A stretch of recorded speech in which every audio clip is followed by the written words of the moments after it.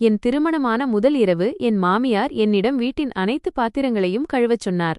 மறுநாள் காலை நான் வீட்டில் இல்லாத போது அவர் எனக்கு ஃபோன் செய்தார். நான் அவரிடம், நான் இப்போது என் பிறந்த வீட்டில் இருக்கிறேன் என்று பதிலளித்தேன். என் பெயர் பிரியா. அந்த சமயத்தில் எனக்கு வயது வெறும் 23. என் திருமணம் முடிந்து சரியாக ஒரு நாள்தான் ஆகியிருந்தது.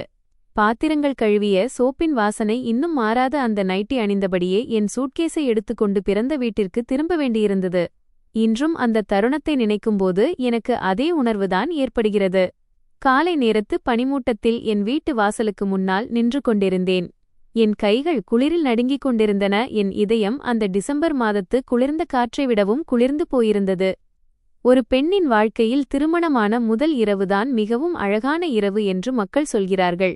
ஆனால் என்னை பொறுத்தவரை அது நான் தப்பித்தவறி ஒரு ஆழமான பள்ளத்தில் விழுந்துவிட்டதை உணர்த்திய இரவு. அது முடிவே இல்லாத பள்ளம். அன்று திருமணம் நகரின் மிகப்பெரிய திருமண மண்டபத்தில் நடந்தது. என் மாமியார் சரிதா தனது அந்தஸ்தையும் பகட்டையும் நிலைநாட்ட பிரபலமானவர் என்பதால் என் புகுந்த வீட்டார் திருமணத்தை மிகவும் பிரம்மாண்டமாக நடத்த முயன்றனர். உலகம் தன்னை புகழ வேண்டும், தனக்கு அழகான மருமகள் கிடைத்திருக்கிறாள் என்றும், அவளுடைய வீட்டார்கள் பணக்காரர்கள் என்றும், அவர்கள் நிறைய தங்கமும் பணமும் கொடுத்திருக்கிறார்கள் என்றும் உலகம் பேச வேண்டும் என்பதில் அவருக்கு மிகுந்த மகிழ்ச்சி. காலை முதல் மாலை வரை ஒவ்வொரு விருந்தினரிடமும் தனது மகன் விரைவில் சொந்தமாக தொழில் தொடங்கப் போவதைப் பற்றியும், மெயின் ரோட்டில் நிலம் வாங்கப் போவதைப் பற்றியும், 3 அடுக்கு மாடி வீடு கட்டி உறவினர்களிடையே புகழை சேர்க்கப் போவதைப் பற்றியும் தற்பெருமை பேசிக் கொண்டிருந்தார். ஆனால் இந்த ஆடம்பரத்திற்குப் பின்னால் பெரும் கடன் சுமை மறைந்திருப்பதை நான் மட்டுமே அறிந்திருந்தேன். திருமணத்திற்கு சில நாட்களுக்கு முன்பு யாரோ ஒருவரிடம் போனில் ரகசியமாக பேசிக் கொண்டிருந்ததை நான் கேட்டேன். மற்றவர்களுக்கு ஈடுகொடுக்க அவர்கள் லட்சக்கணக்கில் கடன் வாங்க வேண்டியிருந்தது. அந்த நேரத்தில் நான் ஒருவேளை தவறாக நினைக்கிறேனோ என்று எனக்கு நானே ஆறுதல் சொல்லிக் கொண்டேன். கடைசியில் நான் ரித்தேஷை அல்லவா திருமணம் செய்யப் போகிறேன். 3 வருடங்களாக நான் நேசித்த நபர். அவர் மிகவும் நல்லவர் மற்றும் கடின உழைப்பாளி என்று நினைத்தேன். அவர் நகரத்திலுள்ள ஒரு தொழிற்சாலையில் டெக்னீஷியனாக வேலை பார்த்தார். அவரது சம்பளம் அதிகம் இல்லை, ஆனால் நாங்கள் காதலித்த காலத்தில் அவர் எப்போதும் என்னை நன்றாக கவனித்துக் கொள்வார். நான் வேலை முடிந்து திரும்பத் தாமதமானால் அவர் தன் பைக்கில் என்னை அழைத்துச் வர வருவார். எனக்கு காய்ச்சல் வரும் இரவுகளில் என் நெற்றியில் குளிர்ச்சியான நீர்ப்பட்டைகளைத் தடவி இரவு முழுவதும் என்னுடன் இருப்பார். இதனால்தான் என் அம்மா ஒருமுறை அவருடைய வீட்டில் இருப்பவர்கள் பகட்டிற்கு அதிக முக்கியத்துவம் கொடுக்கிறார்கள் என்று சொன்னாலும், கணவனும் மனைவியும் ஒருவரை ஒருவர் நேசித்தால் எல்லாம் சரியாகிவிடும் என்று நான் நம்பினேன். ஆனால் திருமணத்தன்று எல்லாம் மாறிவிட்டது. நான் திருமண மண்டபத்திற்குள் நுழைந்தவுடனேயே என் மாமியாரின் கண்களில் ஒரு விசித்திரமான மின்னலைக் கண்டேன். அவர் என்னை ஒரு மருமகளாக பார்க்கவில்லை, மாறாக ஏதோ ஒரு விலையுயர்ந்த பொருளாக பார்த்தார். குறிப்பாக என் அம்மா எனக்கு 5 லட்சம் ரூபாய்க்கான FD மற்றும் தங்க நகை செட்டை கொடுத்த அந்த தருணத்தில்.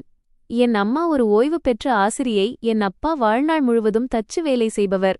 அவர்கள் பல ஆண்டுகளாக சேர்த்த ஒவ்வொரு ரூபாயையும் என் எதிர்காலத்திற்காக சேமித்து வைத்திருந்தனர்.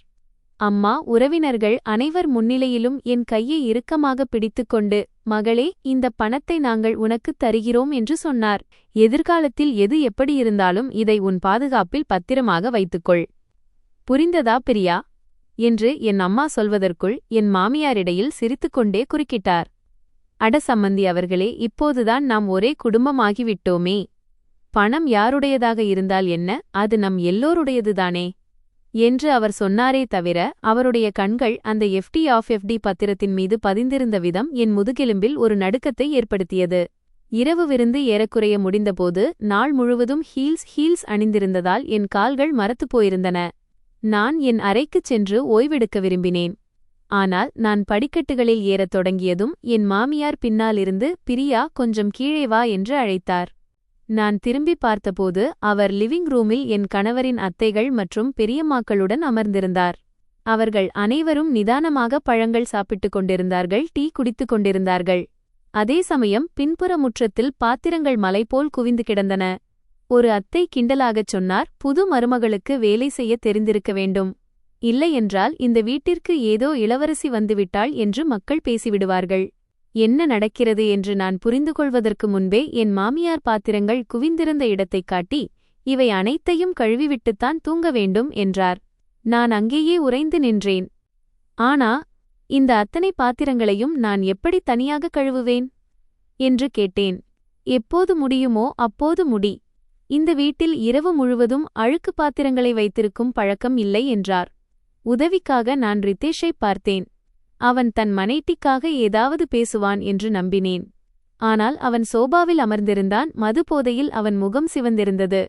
அவன் எரிச்சலுடன், சிறிய வேலைதானே, இதற்கும் புகார் செய்கிறாயா? அம்மா என்ன சொல்கிறார்களோ அதை செய் என்றான். அந்த ஒரே ஒரு வாக்கியம் என் இதயத்தை பனிக்கட்டியாக மாற்றியது. அந்த உணர்வை இன்றும் என்னால் நன்றாக உணர முடிகிறது. திருமணப் புடவையை கழற்றிவிட்டு பழைய நைட்டி ஒன்றை அணிந்து கொண்டு அமைதியாக பின் முற்றத்திற்குச் சென்றேன். முற்றத்தின் மஞ்சள் நிற வெளிச்சம், பாத்திரங்கள் கழுவும் நீரின் குளிர்ச்சி, எச்சில் ஒட்டிய தட்டுகள் மற்றும் பெரிய அண்டாக்களின் குவியல் என் முன்னால் இருந்தது. என் திருமணமான முதல் இரவு கடும் குளிரில் பாத்திரங்களை கழுவுவதிலிருந்து தொடங்கியது.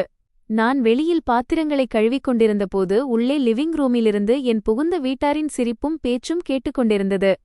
அவ்வப்போது அத்தைகளும் பெரியம்மாக்களும் என்னை கடந்து சென்றார்கள். எதையாவது சொல்லிக் கொண்டே போனார்கள். இக்காலத்துப் பெண்கள் ஆரம்பத்திலிருந்தே சொகுசாக பழகிவிடுகிறார்கள். அதனால்தான் அவர்கள் பலவீனமாக இருக்கிறார்கள். இவர்களுக்கு ஆரம்பத்திலிருந்தே வேலை செய்ய கற்றுக் கொடுக்க வேண்டும். நான் என் உதடுகளை கடித்துக்கொண்டு கண்ணீரை உள்ளேயே விழுங்கிக் கொண்டேன். நான் வேலை செய்வதால் அழவில்லை, என்னை தரக்குறைவாக நடத்துவதை உணர்ந்ததால்தான் அழுதேன். என் குடும்பம் பணக்கார குடும்பம் அல்ல, ஆனால் என் பெற்றோர் என்னை ஒருபோதும் இப்படி அவமானப்படவிட்டது இல்லை. மருமகளாக வந்த முதல் நாளிலேயே நான் மிகக் கீழான நிலைக்குத் தள்ளப்பட்டேன். இரவு சுமார் 2 மணி இருக்கும். 30க்கும் மேற்பட்ட விருந்தினர்களின் பாத்திரங்களை கழுவி முடித்தேன். என் இரு கைகளும் சிவந்து போயிருந்தன. நீரில் அதிக நேரம் இருந்ததால் என் தோல் சுருங்கிப் போயிருந்தது. என் இடுப்பில் ஏற்பட்ட வலி காரணமாக நேராக நிமிர்ந்து நிற்பது கூட கடினமாக இருந்தது.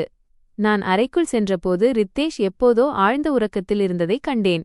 அவன் கட்டிலில் கை கால்களை விரித்து படுத்துக் கொண்டிருந்தான். ரோஜா இதழ்களால் அலங்கரிக்கப்பட்ட அந்த படுக்கையில் எனக்காக ஒரு சிறிய இடம் கூட மிச்சமில்லை. நான் வாசலில் நின்றபடி ஒரு காலத்தில் நான் அளவற்ற அன்போடு நேசித்த அந்த மனிதனை பார்த்து கொண்டிருந்தேன். என் வாழ்க்கையிலேயே முதல் முறையாக என் திருமணத்தைப் பற்றி நான் வருத்தப்பட்டேன். கட்டிலின் ஓரத்தில் நீண்ட நேரம் அமர்ந்திருந்தேன். யோசிக்க யோசிக்க மூச்சு முட்டியது. இன்று அவர்கள் என்னிடம் இப்படி நடந்து கொண்டால் எதிர்காலத்தில் எந்த எல்லை வரை செல்வார்கள்? FDF பார்த்த என் மாமியாரின் அந்த பார்வையை நான் நினைவு கூர்ந்தேன். பணம் எல்லோருடையது என்று ரித்தேஷ் சொன்ன அந்த வாக்கியமும், நான் பாத்திரங்களை கழுவுவதை பார்த்து அந்த முழு குடும்பமும் என்னை ஒரு வேலைக்காரியைப் போல வேடிக்கை பார்த்த காட்சியும் என் கண்முன் வந்து சென்றது. இவை அனைத்தும் என்னை உலுக்கிவிட்டன. நான் இங்கே இருந்தால் என் இளமை மட்டுமல்ல, என் சுயமரியாதையும் இந்த சூழலில் நசுக்கப்படும் என்பதை புரிந்து கொண்டேன். வெளியே வானத்தில் லேசான வெளிச்சம் வரத் தொடங்கியது. நான் அமைதியாக எழுந்து அலமாரியை திறந்து அம்மா திருமணத்திற்கு முன்னால் எனக்கு பரிசளித்த அந்த இளஞ்சிவப்பு நிற சூட்கேஸை எடுத்தேன். அவசரமாக என் துணிகளை அதில் வைத்தேன். எல்லா நகைகளையும் FD பத்திரத்தையும் என் கைப்பையில் பத்திரமாக மறைத்து வைத்துக் கொண்டேன். சசுரால புகுந்த வீட்டுக்காரர்கள் கொடுத்த திருமண மோதிரத்தை மட்டும் கழற்றி மேஜை மீது வைத்துவிட்டேன். அந்த குடும்பத்துடன் தொடர்புடைய எந்தவொரு பொருளையும் நான் என்னுடன் எடுத்துச் செல்ல விரும்பவில்லை. கிளம்புவதற்கு முன் ஏதாவது எழுதி வைத்துவிட்டு போகலாமா என்று ஒரு நிமிடம் தோன்றியது. ஆனால் இறுதியில் அந்த காகிதத்தை கிழித்து போட்டேன். இப்போது எந்த விளக்கமும் தேவையில்லை. மருமகளை தங்கள் கடன் அடைப்பதற்கான ஒரு வழியாக கருதும் அவர்களுக்கு எந்த விளக்கமும் அர்த்தமற்றது. காலை 5:30 மணிக்கு சூட்கேசுடன் படிக்கட்டுகளில் கீழே இறங்கினேன். வீடு முழுவதும் நிசப்தமாக இருந்தது. மதுவின் வாசனை, மீதமான உணவுகளின் நெடி மற்றும் திருமண ஹோமத்தின் புகை என அனைத்தும் சேர்ந்து எனக்கு குமட்டலை ஏற்படுத்தியது. மெதுவாக கதவை திறந்து வெளியே வந்தேன். என் சூட்கேஸின் சக்கரங்கள் சாலையில் உரசிய அந்த சிறிய சத்தம் கேட்ட அந்த நொடி எனக்குள் ஒரு பெரிய பாரம் குறைந்த உணர்வு ஏற்பட்டது. ஏதோ ஒரு மூச்சு முட்டும் இடத்திலிருந்து நான் விடுதலையானது போல இருந்தது. என் வீட்டின் மூலைக்குச் சென்று பிறந்த வீட்டிற்குச் செல்ல ஒரு டாக்ஸியை பிடித்தேன். டிரைவர் கண்ணாடியின் வழியாக என்னை பார்த்தார். என் கண்கள் வீங்கியிருந்ததையும் கைகளில் கொப்புளங்கள் இருந்ததையும் கவனித்ததால் ஏதோ தவறு என்று அவர் புரிந்திருக்க வேண்டும். ஆனால் அவர் எதுவும் கேட்கவில்லை. காலை நேர பனிமூட்டத்தில் மூழ்கியிருந்த சாலைகளின் வழியாக டாக்ஸி அமைதியாகச் சென்று கொண்டிருந்தது. என் கைப்பையை நெஞ்சோடு அணைத்துக்கொண்டு அமர்ந்திருந்தேன். வெளியே வானம் வெளிச்சமாகிக் கொண்டிருந்தது. ஆனால் என் திருமண வாழ்க்கை தொடங்கும் முன்பே இருளில் மூழ்கிவிட்டது. சுமார் காலை 6 மணிக்கு மேல் என் பெற்றோர் வீட்டின் முன்னால் டாக்ஸி நின்றது. என் அப்பா முற்றத்தில் பெருக்கிக் கொண்டிருந்தார். அம்மா முந்தைய நாள் மீதமான பாத்திரங்களை எடுத்துக் கொண்டிருந்தார். சூட்கேஸுடன் டாக்ஸியிலிருந்து நான் இறங்குவதை பார்த்ததும் இருவரும் அப்படியே உறைந்து நின்றனர். என் அப்பாவின் கையிலிருந்து துடைப்பம் நழுவி தரையில் விழுந்தது. என் அம்மா பதற்றத்துடன் என்னை நோக்கி ஓடி வந்தார். பிரியா, நீ இந்த நேரத்தில் ஏன் இங்கே வந்தாய்? ரித்தேஷ் எங்கே என்று கேட்டார். அவ்வளவுதான். இரவு முழுவதும் நான் உள்ளுக்குள் அடக்கி வைத்திருந்த வலி உடைந்து வெளியேறியது. என் அம்மாவை கட்டிக்கொண்டு விம்மி விம்மி அழத் தொடங்கினேன். என் அப்பா என் கைகளில் இருந்த சிவந்த தழும்புகளையும் கொப்புளங்களையும் பார்த்ததும் அவரது முகம் ஏதோ புயல் வரப்போவதை உணர்த்தும் வகையில் இருண்டது. சரியாக அந்த நேரத்தில் என் பையில் இருந்த போன் இடைவிடாமல் ஒலித்தது. திரையில் என் மாமியாரின் பெயர் மின்னிக் கொண்டிருந்தது. அடுத்த புயல் இப்போதுதான் தொடங்கப் போகிறது என்பது எனக்கு தெரிந்தது. என் கையில் இருந்த போன் வெடித்துவிடும் என்பது போல நடுங்கிக் கொண்டிருந்தது. சில நிமிடங்களிலேயே என் மாமியாரிடமிருந்து 30க்கும் மேற்பட்ட மிஸ்டு கால்கள் வந்திருந்தன. பிறகு ரித்தேஷ், அதன்பின் அத்தைகள் மற்றும் பெரியம்மாக்களிடமிருந்து அழைப்புகள் வந்தன. நான் அந்த எரிந்து அணைந்து கொண்டிருந்த திரையையே பார்த்து கொண்டிருந்தேன். என் மூளை மரத்துப் போயிருந்தது. என் அப்பா மேஜையின் மீது கையை வைத்து ஆத்திரத்துடன் போனை எடுக்காதே, என்ன பேச வேண்டுமோ அதை நான் பேசிக்கொள்கிறேன் என்றார். ஆனால் இதிலிருந்து நான் தப்பிக்க முடியாது என்று எனக்கு தெரியும். இந்த பிரச்சனையை நான் தான் எதிர்கொள்ள வேண்டும். நான் ஒரு ஆழ்ந்த மூச்சை எடுத்துக்கொண்டு போனை எடுத்தேன். நான் பேசுவதற்குள் மறுமுனையிலிருந்து என் மாமியாரின் கூர்மையான குரல் கேட்டது. பிரியா, உனக்கு ரொம்பத்தான் தைரியம் வந்துவிட்டது. கல்யாணம் முடிந்த கையோடு பிறந்த வீட்டிற்கு ஓடிவிட்டாயா? இந்த வீட்டின் மரியாதையை மண்ணோடு மண்ணாக்க நினைக்கிறாயா? நான் போனை இறுக்கமாக பிடித்தபடி என் குரலை அமைதியாக வைத்திருக்க முயற்சி செய்தேன். நான் ஒரு நாள் ஓய்வுக்காகத்தான் வந்திருக்கிறேன். என்ன ஓய்வு? புகுந்த வீட்டில் எவ்வளவு வேலை கிடக்கிறது. நீ இந்த வீட்டின் மருமகள். காலையில் எழுந்து சமைப்பதற்கு பதிலாக பிறந்த வீட்டில் சொகுசாக ஓய்வெடுத்துக் கொண்டிருக்கிறாயா? உறவினர்கள் என் முகத்தில் ஏளனமாக சிரிக்கிறார்கள், உனக்கு தெரியுமா? நான் என் கைகளில் இன்னும் எரிந்து கொண்டிருந்த தழும்புகளை பார்த்து ஒரு மெல்லிய சிரிப்பைச் சிரித்தேன். நேற்று இரவு நான் அதிகாலை 2 மணி வரை பாத்திரங்களை கழுவினேன். இப்போது என் கையில் ஒரு ஸ்பூனை கூட என்னால் பிடிக்க முடியவில்லை. என் மாமியார் உடனே கத்தினார். கொஞ்சம் வேலை செய்துவிட்டு உபகாரம் செய்வது போல பேசாதே. எந்த பெண் வேலை செய்ய மாட்டாள்? அல்லது கல்யாணம் செய்து கொண்டு வந்து ராணி போல அமர்ந்திருக்கலாம் என்று நினைத்தாயா? ஒவ்வொரு வார்த்தையும் என் காதுகளில் கத்தியால் குத்துவது போல இருந்தது. ஆனால் ஒரு விசித்திரமான விஷயம் என்னவென்றால், நேற்று இரவு இருந்த அளவு வலி இப்போது எனக்கு இல்லை. ஒரு நீண்ட இரவுக்குப் பிறகு என் இதயம் குளிர்ந்து போயிருந்தது. நான் என் வீட்டின் முற்றத்தை பார்த்துவிட்டு மெதுவாக பதில் சொன்னேன். நான் என் பெற்றோர் வீட்டில் இருக்கிறேன். இன்று நான் திரும்ப வரமாட்டேன். மறுமுனையில் சில நொடிகள் நிசப்தம் நிலவியது. பிறகு காதை பிளக்கும் வகையில் ஒரு அலறல் கேட்டது. என்ன சொன்னாய்? என்னிடமே எதிர்த்து பேச உனக்கு எப்படி இவ்வளவு தைரியம் வந்தது? பிரியா, சொல்கிறேன் கேட்டுக்கொள். இன்று நீ திரும்ப வரவில்லை என்றால் என்னைப் போல கெட்டவள் யாரும் இருக்க மாட்டார்கள். நான் பதில் சொல்வதற்கு முன்பே என் அப்பா என் கையிலிருந்து போனை பிடுங்கிக் கொண்டார். அவரது குரல் மெதுவாக இருந்தாலும் உறுதியாக இருந்தது. சம்மந்தி அவர்களே, என் மகள் நீங்கள் காசு கொடுத்து வாங்கிச் சென்ற வேலைக்காரி அல்ல. மறுமுனையில் என் மாமியார் உடனே தன் தொனியை மாற்றிக்கொண்டார். ஆனால் அவர் குரலில் இன்னும் அதிகமான கசப்பு இருந்தது. நீங்கள் என்ன சொல்லிக் கொண்டிருக்கிறீர்கள்? அவள் இந்த வீட்டின் மருமகள், அவள் வேலை செய்தே ஆக வேண்டும் என்று என் மாமியார் கத்தினார். என் அப்பா மெல்லச் சிரித்துக்கொண்டே சொன்னார். என் மகளுக்கு சுயமரியாதையுடன் வாழத்தான் கற்றுக் கொடுத்திருக்கிறேன். திருமணமான முதல் இரவிலேயே அவளை துன்புறுத்த வேண்டுமென்று யாரும் அவளுக்கு கற்றுக் கொடுக்கவில்லை என்று சொல்லிவிட்டு அவர் போனை துண்டித்துவிட்டார். வீடு முழுவதும் நிசப்தம் நிலவியது. என் அம்மா அமைதியாக என்னை அருகில் அமர வைத்து என் கைகளில் மருந்தை தடவத் தொடங்கினார். மருந்து தடவும்போதே அவர் பெருமூச்சு விட்டு, பிரியா, உனக்கு இது சரியாக படவில்லை என்றால் இனியும் சகித்துக் கொள்ளாதே. எனக்கு நீ பத்திரமாகவும் மகிழ்ச்சியாகவும் இருந்தால் போதும் என்றார். இதை கேட்டதும் என் கண்கள் மீண்டும் கலங்கின. குழந்தைப் பருவம் முதல் இன்று வரை என் பெற்றோர் என்னை ஒருபோதும் பகட்டுக்காக வாழ வற்புறுத்தியதில்லை. கல்யாணத்திற்குப் பிறகு எல்லாவற்றையும் சகித்துதான் ஆக வேண்டும் என்று எனக்கு நானே சொல்லிக் கொண்டது நான்தான். ஆனால் சுயமரியாதையை இழக்கும் அளவுக்கு சகித்துக் கொள்வதில் என்ன அர்த்தம் இருக்கப் போகிறது? சுமார் காலை 9 மணிக்கு என் போன் மீண்டும் ஒலித்தது. இந்த முறை அது ரித்தேஷிடமிருந்து வந்தது. சில நொடிகள் யோசித்த பிறகு போனை எடுத்தேன். அவன் குரல் முன்பை விட கடுமையாக இருந்தது. உனக்கு என்னதான் ஆனது? ஏதாவது பிரச்சனை என்றால் வீட்டில் உட்கார்ந்து தீர்த்திருக்கலாம். இப்படி ஓடி வருவதில் என்ன அர்த்தம்? நான் சோர்வான சிரிப்புடன், எனக்கு என்ன ஆனது என்று நீயே கேட்கிறாயா என்றேன். பார், அம்மாவின் சுபாவம் கொஞ்சம் கடினமானதுதான். ஆனால் நீ மருமகள், கொஞ்சம் பொறுத்துக்கொள்ள பழக வேண்டும். இந்த வாக்கியத்தைக் கேட்டதும் என் உடல் உறைந்து போனது. அவன் குறைந்தபட்சம் என்னை புரிந்து கொள்வான் என்று நினைத்தேன். ஆனால் இல்லை, அவன் பார்வையில் நான் வீட்டின் அமைதிக்காக வளைந்து கொடுத்துச் செல்ல வேண்டிய ஒரு நபர் மட்டுமே. நான் மெதுவாக கேட்டேன், நேற்று இரவு நான் அந்த பாத்திரக் குவியலை துடைத்துக் கொண்டிருந்தபோது நான் உன் மனைவி என்ற உணர்வு உனக்கு ஒருமுறையாவது வந்ததா? மறுமுனையில் சில நொடிகள் அமைதி. பிறகு அவன் திக்கித் திக்கி, நீ தேவையில்லாமல் விஷயத்தை பெரிதாக்குகிறாய் என்றான். அதை கேட்டதும் எனக்கு சிரிப்பு வந்தது. விஷயத்தை பெரிதாக்குகிறேனா?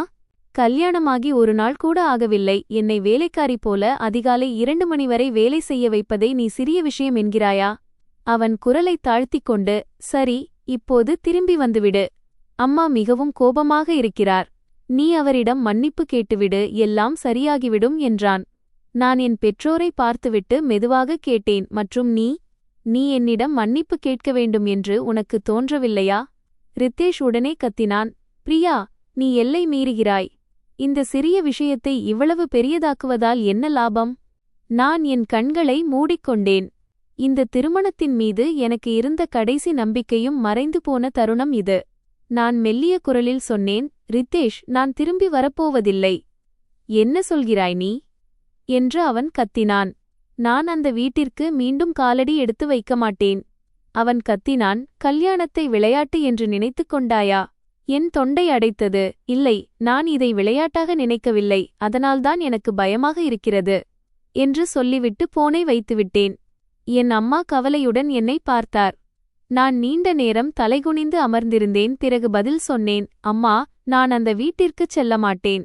அப்பா மேஜையின் மீது ஓங்கி அடித்துச் சொன்னார், வாழ முடியாவிட்டால் வாழ வேண்டாம். என் வாழ்நாள் முழுவதும் இந்த வீடு உன்னை பாதுகாக்கும். அப்பாவின் இந்த வார்த்தைகளை கேட்டதும் என் கண்கள் மீண்டும் கண்ணீரை சிந்தின. ஆனால் சரியாக அந்த நேரத்தில் கதவுக்கு வெளியே பைக் ஒன்று வந்து நிற்கும் சத்தம் கேட்டது. பிறகு முற்றத்தில் என் மாமியாரின் கூர்மையான குரல் எதிரொலித்தது, பிரியா, வெளியே வா. நான் திடுக்கிட்டு வெளியே பார்த்தேன். என் மாமியார் வாசலில் நின்று கொண்டிருந்தார். அவருடைய முகம் ஆத்திரத்தில் சிவந்திருந்தது. அவருடன் ரித்தேஷும் 2 அத்தைகளும் வந்திருந்தனர். முற்றத்தின் சூழல் உடனே பதற்றமானது. என் அம்மா எழுந்து நின்றார். என் அப்பா மெதுவாக கதவை நோக்கி நடந்தார். அவர் கண்களில் ஒருவிதமான அமைதி இருந்தது. முற்றத்திற்குள் நுழைந்ததும் என் மாமியார் நேரடியாக என்னை நோக்கி விரலை நீட்டினார். உனக்கு ரொம்பத்தான் தைரியம். கல்யாணம் முடிந்த கையோடு இங்கே வந்து அழுது கொண்டு புகுந்த வீட்டாரைப் பற்றி புறம் பேசுகிறாயா? என் முகத்தில் ஒட்டுமொத்த தெருக்காரர்களும் துப்ப வேண்டும் என்று நினைக்கிறாயா என்ன? நான் பேசுவதற்குள் உடன் வந்த ஒரு அத்தை சொன்னார், உண்மையைச் சொல்லப்போனால் இவள் எவ்வளவு திமிர் பிடித்த பெண். மருமகள் என்ற அந்தஸ்து கிடைப்பதற்கு முன்பே பிறந்த வீட்டிற்கு ஓடி வந்துவிட்டாள். இனிமேல் என்ன செய்யப் போகிறாளோ? நான் என் கைகளை எவ்வளவு பலமாக இருக்கினேன் என்றால் நகங்கள் தோலுக்குள் பதிந்துவிட்டன. ஆனால் என் அப்பா எனக்கு முன்னால் வந்து நின்றார். அவர் நேரடியாக என் மாமியாரின் கண்களை உற்று பார்த்தார். சம்மந்தி அவர்களே, என் மகளைப் பற்றி ஏதோ சொல்வதற்கு முன் அவளிடம் நீங்கள் எப்படி நடந்து கொண்டீர்கள் என்பதை நீங்களே கேட்டுக்கொள்ளுங்கள். என் மாமியார் ஏளனமாகச் சிரித்தார். நான் என்ன செய்துவிட்டேன்? சில பாத்திரங்களை கழுவத்தானே சொன்னேன். அதற்கு ஏதோ பெரிய கொடுமை இழைத்தது போல நாடகமாடுகிறாளே. என் அப்பா உடனே என் கைகளைக் காட்டினார். பாத்திரங்கள் கழுவியதால் என் கைகள் இன்னும் வீங்கியும் சிவந்தும் இருந்தன. இதை பார்த்த வாசலில் நின்ற அண்டை வீட்டார் கிசுகிசுக்கத் தொடங்கினர். என் மாமியார் சற்று பதற்றமடைந்தார். ஆனால் தொடர்ந்து வாதாடினார். மருமகள் என்றால் வேலை செய்யத்தான் வேண்டும். அவளை இங்கே உட்கார வைத்துச் சோறு போடுவதற்கு நாங்கள் அழைத்து வரவில்லை. நான் தலை நிமிர்ந்து நேராக அவருடைய கண்களை பார்த்தேன். மருமகளாக வந்த பிறகு முதல் முறையாக என் குரல் நடுங்கவில்லை, மாறாக அமைதியாக இருந்தது. மக்கள் தங்கள் மகளுக்கு திருமணம் செய்து வைக்கிறார்கள், ஒருவரின் வீட்டில் வேலைக்காரியாவதற்கு அனுப்பி வைப்பதில்லை. முற்றமே நிசப்தமானது. ரித்தேஷ் என்னை கோபமாக பார்த்து, பிரியா என்றான். ஆனால் அந்த நேரத்தில் எனக்கு பயம் வரவில்லை. நான் அவனை நீண்ட நேரம் பார்த்தேன். பிறகு கேட்டேன், நீ என்னை ஒருமுறையாவது உண்மையிலேயே நேசித்தாயா? அவன் திகைத்து நின்றான். அதற்குள் மாமியார் குறுக்கிட்டார். அவன் உன்னை நேசிப்பதால்தான் திருமணம் செய்து கொண்டான், இல்லையென்றால் உன்னை போன்ற மற்றவர்களைச் சார்ந்து வாழும் பெண்ணை. அதற்குள் என் அப்பாவின் ஆக்ரோஷமான குரல் முழங்கியது. அனைவரும் அமைதியாகிவிட்டனர். அவர் கதவைச் சுட்டிக்காட்டி, என் வீட்டிற்கு வந்து என் மகளை அவமானப்படுத்தும் நபர்களை நான் வரவேற்பதில்லை. தயவுசெய்து நீங்கள் கிளம்புங்கள். என் மாமியார் கோபத்தில் உடல் நடுங்கச் சொன்னார். சரி, நீங்கள் இதற்காக வருத்தப்படுவீர்கள் என்று சொல்லிவிட்டு ரித்தேஷின் கையை பிடித்து இழுத்துக்கொண்டு வெளியே சென்றார். வண்டியில் ஏறுவதற்கு முன்பு ஒருமுறை என்னை திரும்பிப் பார்த்தார்.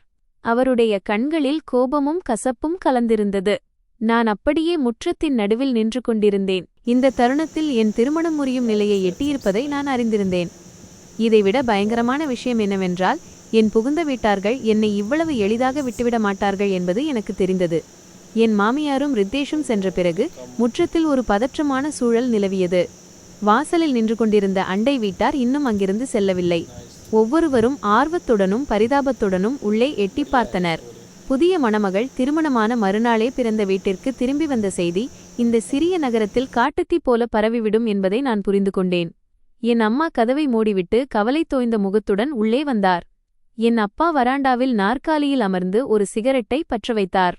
குழந்தை பருவம் முதல் இன்று வரை அவர் பகல் நேரத்தில் சிகரெட் பிடிப்பதை நான் பார்த்ததே இல்லை. ஏதோ ஒரு விஷயம் அவரை மிகவும் பாதித்திருந்தால் மட்டுமே அவர் அப்படிச் செய்வார். அவர் அமைதியாக இருந்தார். நான் அவர் அருகில் சென்று அமர்ந்தேன். அவர் என்னை பார்க்காமலேயே மெல்லிய குரலில் கேட்டார், நீ நன்றாக யோசித்துத்தான் முடிவு செய்தாயா? நான் தலையை குனிந்து கொண்டேன். என் அப்பா மெதுவாக புகையை வெளியிட்டார். நீ முடிவு செய்துவிட்டால் நாங்கள் கட்டாயப்படுத்த மாட்டோம்.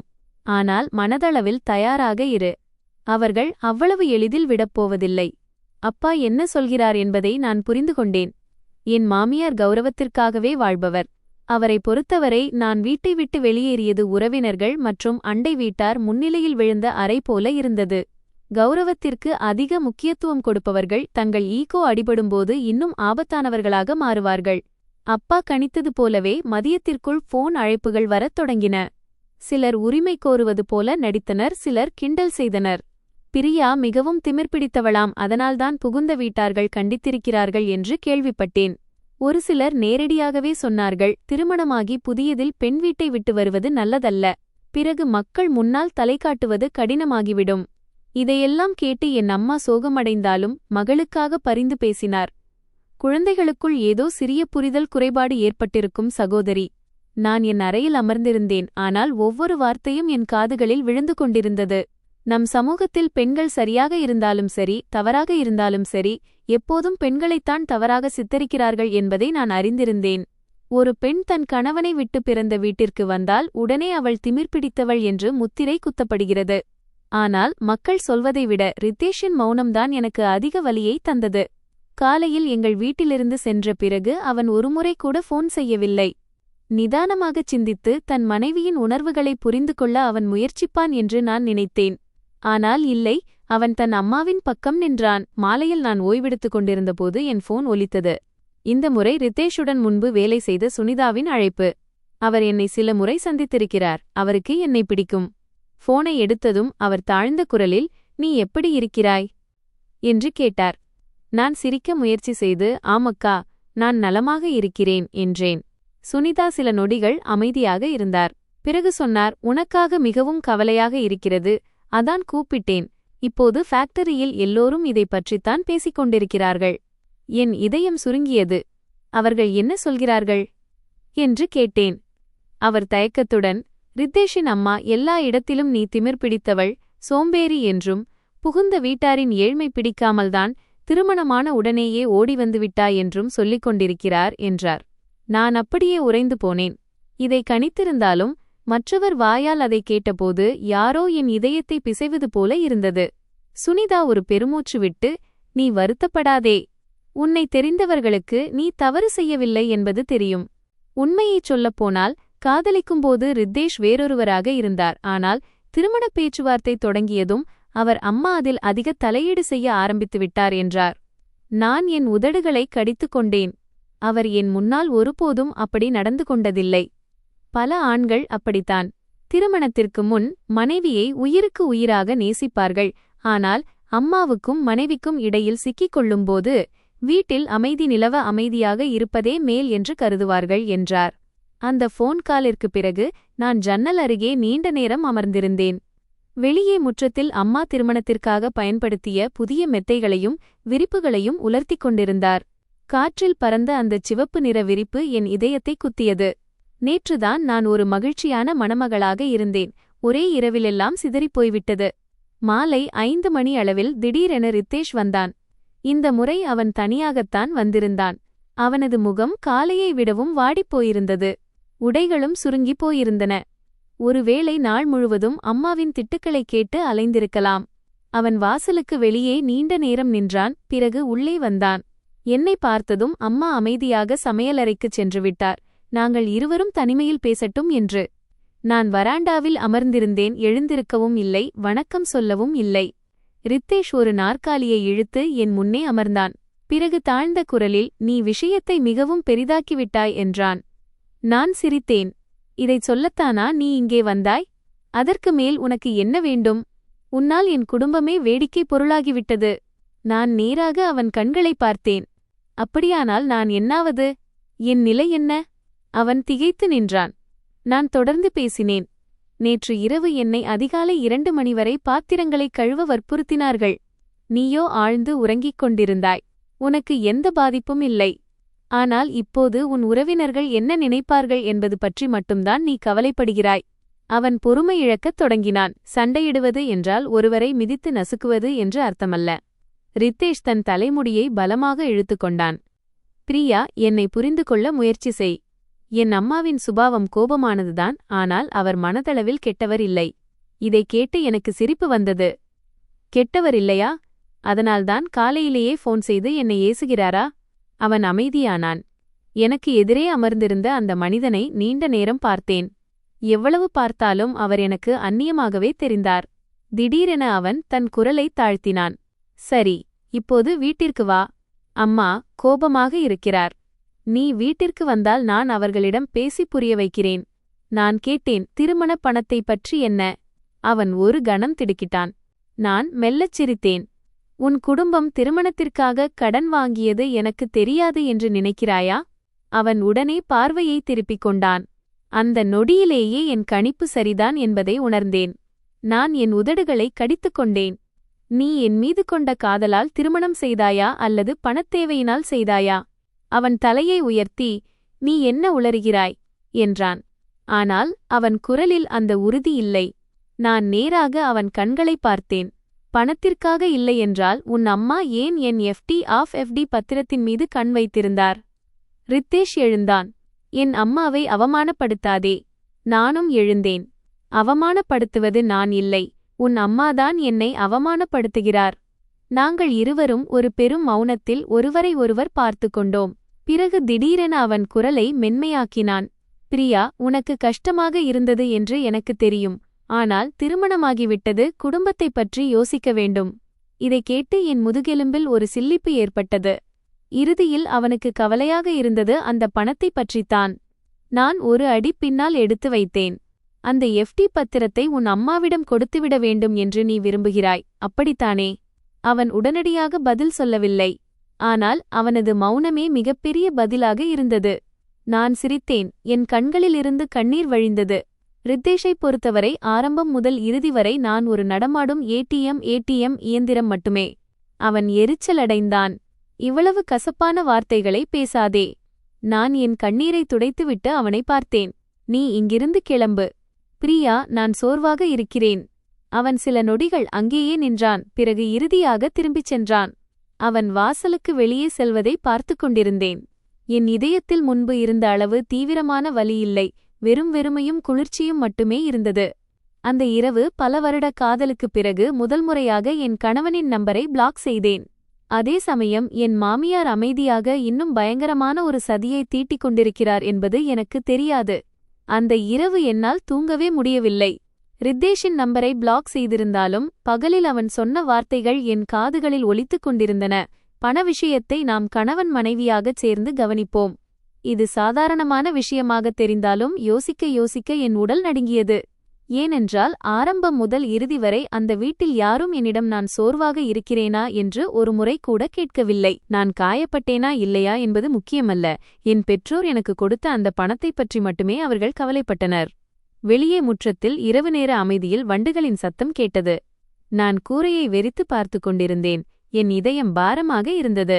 நான் தூங்கவில்லை என்பதை என் அம்மா அறிந்திருந்தார். அதனால் அவர் அமைதியாக கதவை திறந்து உள்ளே வந்தார். அவர் கட்டிலின் ஓரத்தில் அமர்ந்து என் தலைமுடியை வருடினார். பிரியா, நீ இன்னும் அவனை நேசிக்கிறாய் என்றால் இன்னொரு முறை யோசித்துப்பார். திருமணம் என்பது சின்ன விஷயம் கிடையாது. நான் முகத்தை திருப்பிக் கொண்டேன். அம்மா, அன்பு மட்டுமே போதும் என்று நான் நினைத்தேன். என் அம்மா ஒரு பெருமூச்சு விட்டார். பெண்கள் திருமணம் செய்யும்போது ஒரு ஆணை மட்டும் மணப்பதில்லை, ஒட்டுமொத்த குடும்பத்துடனும் இணைகிறார்கள். இந்த வார்த்தை என் இதயத்தில் தைத்தது. நான் ரித்தேஷுடன் கழித்த அந்த நாட்களை நினைவுகூர்ந்தேன். நாங்கள் காதலித்தபோது அவன் வேறொருவராக இருந்தான். அவன் அமைதியானவன், குறைவாக பேசுபவன், என்னை பார்த்தால் சிரிப்பான். அவனுக்கு சம்பளம் கிடைக்கும் போதெல்லாம் என் பெற்றோருக்காக இனிப்பு வாங்கி வருவான். என் அப்பா அவனை எவ்வளவு விரும்பினார் என்றால், அண்டை வீட்டாரிடம் என் மகள் நல்ல பையனை தேர்ந்தெடுத்து விட்டாள் என்று பெருமையுடன் சொல்வார். ஆனால் திருமணத்திற்குப் பிறகு அனைவரும் மாறிவிட்டனர். ஒருவேளை அவன் மாறவே இல்லையோ? நான் தான் அவனை சரியாக பார்த்திருக்கவில்லையோ? மறுநாள் காலை நான் தாமதமாகத்தான் எழுந்தேன், ஏனெனில் இரவு முழுவதும் தூங்கவில்லை. முற்றத்திற்கு வந்ததும் அப்பா கோபமான முகத்துடன் போனை பார்த்து கொண்டிருப்பதைக் கண்டேன். நான் மெதுவாக, என்ன ஆச்சுப்பா என்று கேட்டேன். அப்பா என்னிடம் போனை நீட்டினார். தெரிந்த ஒருவர் அவருக்கு ஒரு ஆடியோ பதிவை அனுப்பியிருந்தார். அதில் என் மாமியார் வெளியே உட்கார்ந்து கொண்டு மருமகளைப் பற்றி தரம் தாழ்ந்து பேசிக் கொண்டிருந்தார். அவள் மிகவும் சோம்பேறி சகோதரி. வீட்டு வேலை செய்யச் சொன்னால் அவளுக்கு திக்குமுக்காடி விடுகிறது. உண்மையைச் சொல்லப்போனால் குழந்தை பருவத்திலிருந்தே தலைமேல் தூக்கி வைத்து வளர்க்கப்படும் பெண்கள் இப்படித்தான் இருப்பார்கள். திருமணம் முடிந்த மறுநாளே பணத்தை எடுத்துக்கொண்டு பிறந்த வீட்டிற்கு ஓடும் எந்த மருமகளையும் நான் பார்த்ததே இல்லை. ஒவ்வொரு வார்த்தையும் என் முகத்தில் சேற்றை வாரி இறைப்பது போல இருந்தது. அருகில் நின்றிருந்த என் அம்மா இதைக் கேட்டு அழத் தொடங்கினார். அவர் நடுங்கும் குரலில், ஒருவர் தன் மருமகளைப் பற்றி எப்படி இப்படியெல்லாம் பேச முடியும் என்றார். நான் என் உதடுகளைக் கடித்துக்கொண்டேன். என் மாமியார் அமைதியாக இருக்க மாட்டார் என்று எனக்கு தெரியும். ஆனால் இவ்வளவு சீக்கிரம் என்னை அவதூறு பேச ஆரம்பிப்பார் என்று நான் நினைக்கவில்லை. வதந்திகளின் பயங்கரமான விஷயம் என்னவென்றால், அது உண்மையா பொய்யா என்பது முக்கியமல்ல. அதை திரும்பத் திரும்பச் சொன்னால் மக்கள் அதை உண்மை என்று நம்ப ஆரம்பித்து விடுவார்கள். மதியம் சுனிதா அக்கா மீண்டும் ஃபோன் செய்தார். அவர் குரலில் மிகுந்த கவலை இருந்தது. பிரியா, சில நாட்கள் வீட்டிலிருந்து வெளியே வரவேண்டாம். நான் திடுக்கிட்டு, ஏன் அக்கா என்றேன். உன் புகுந்த வீட்டார்கள் நீ பணத்தை எடுத்துக்கொண்டு ஓடிவிட்டதாக எல்லா இடத்திலும் சொல்லிக் கொண்டிருக்கிறார்கள்.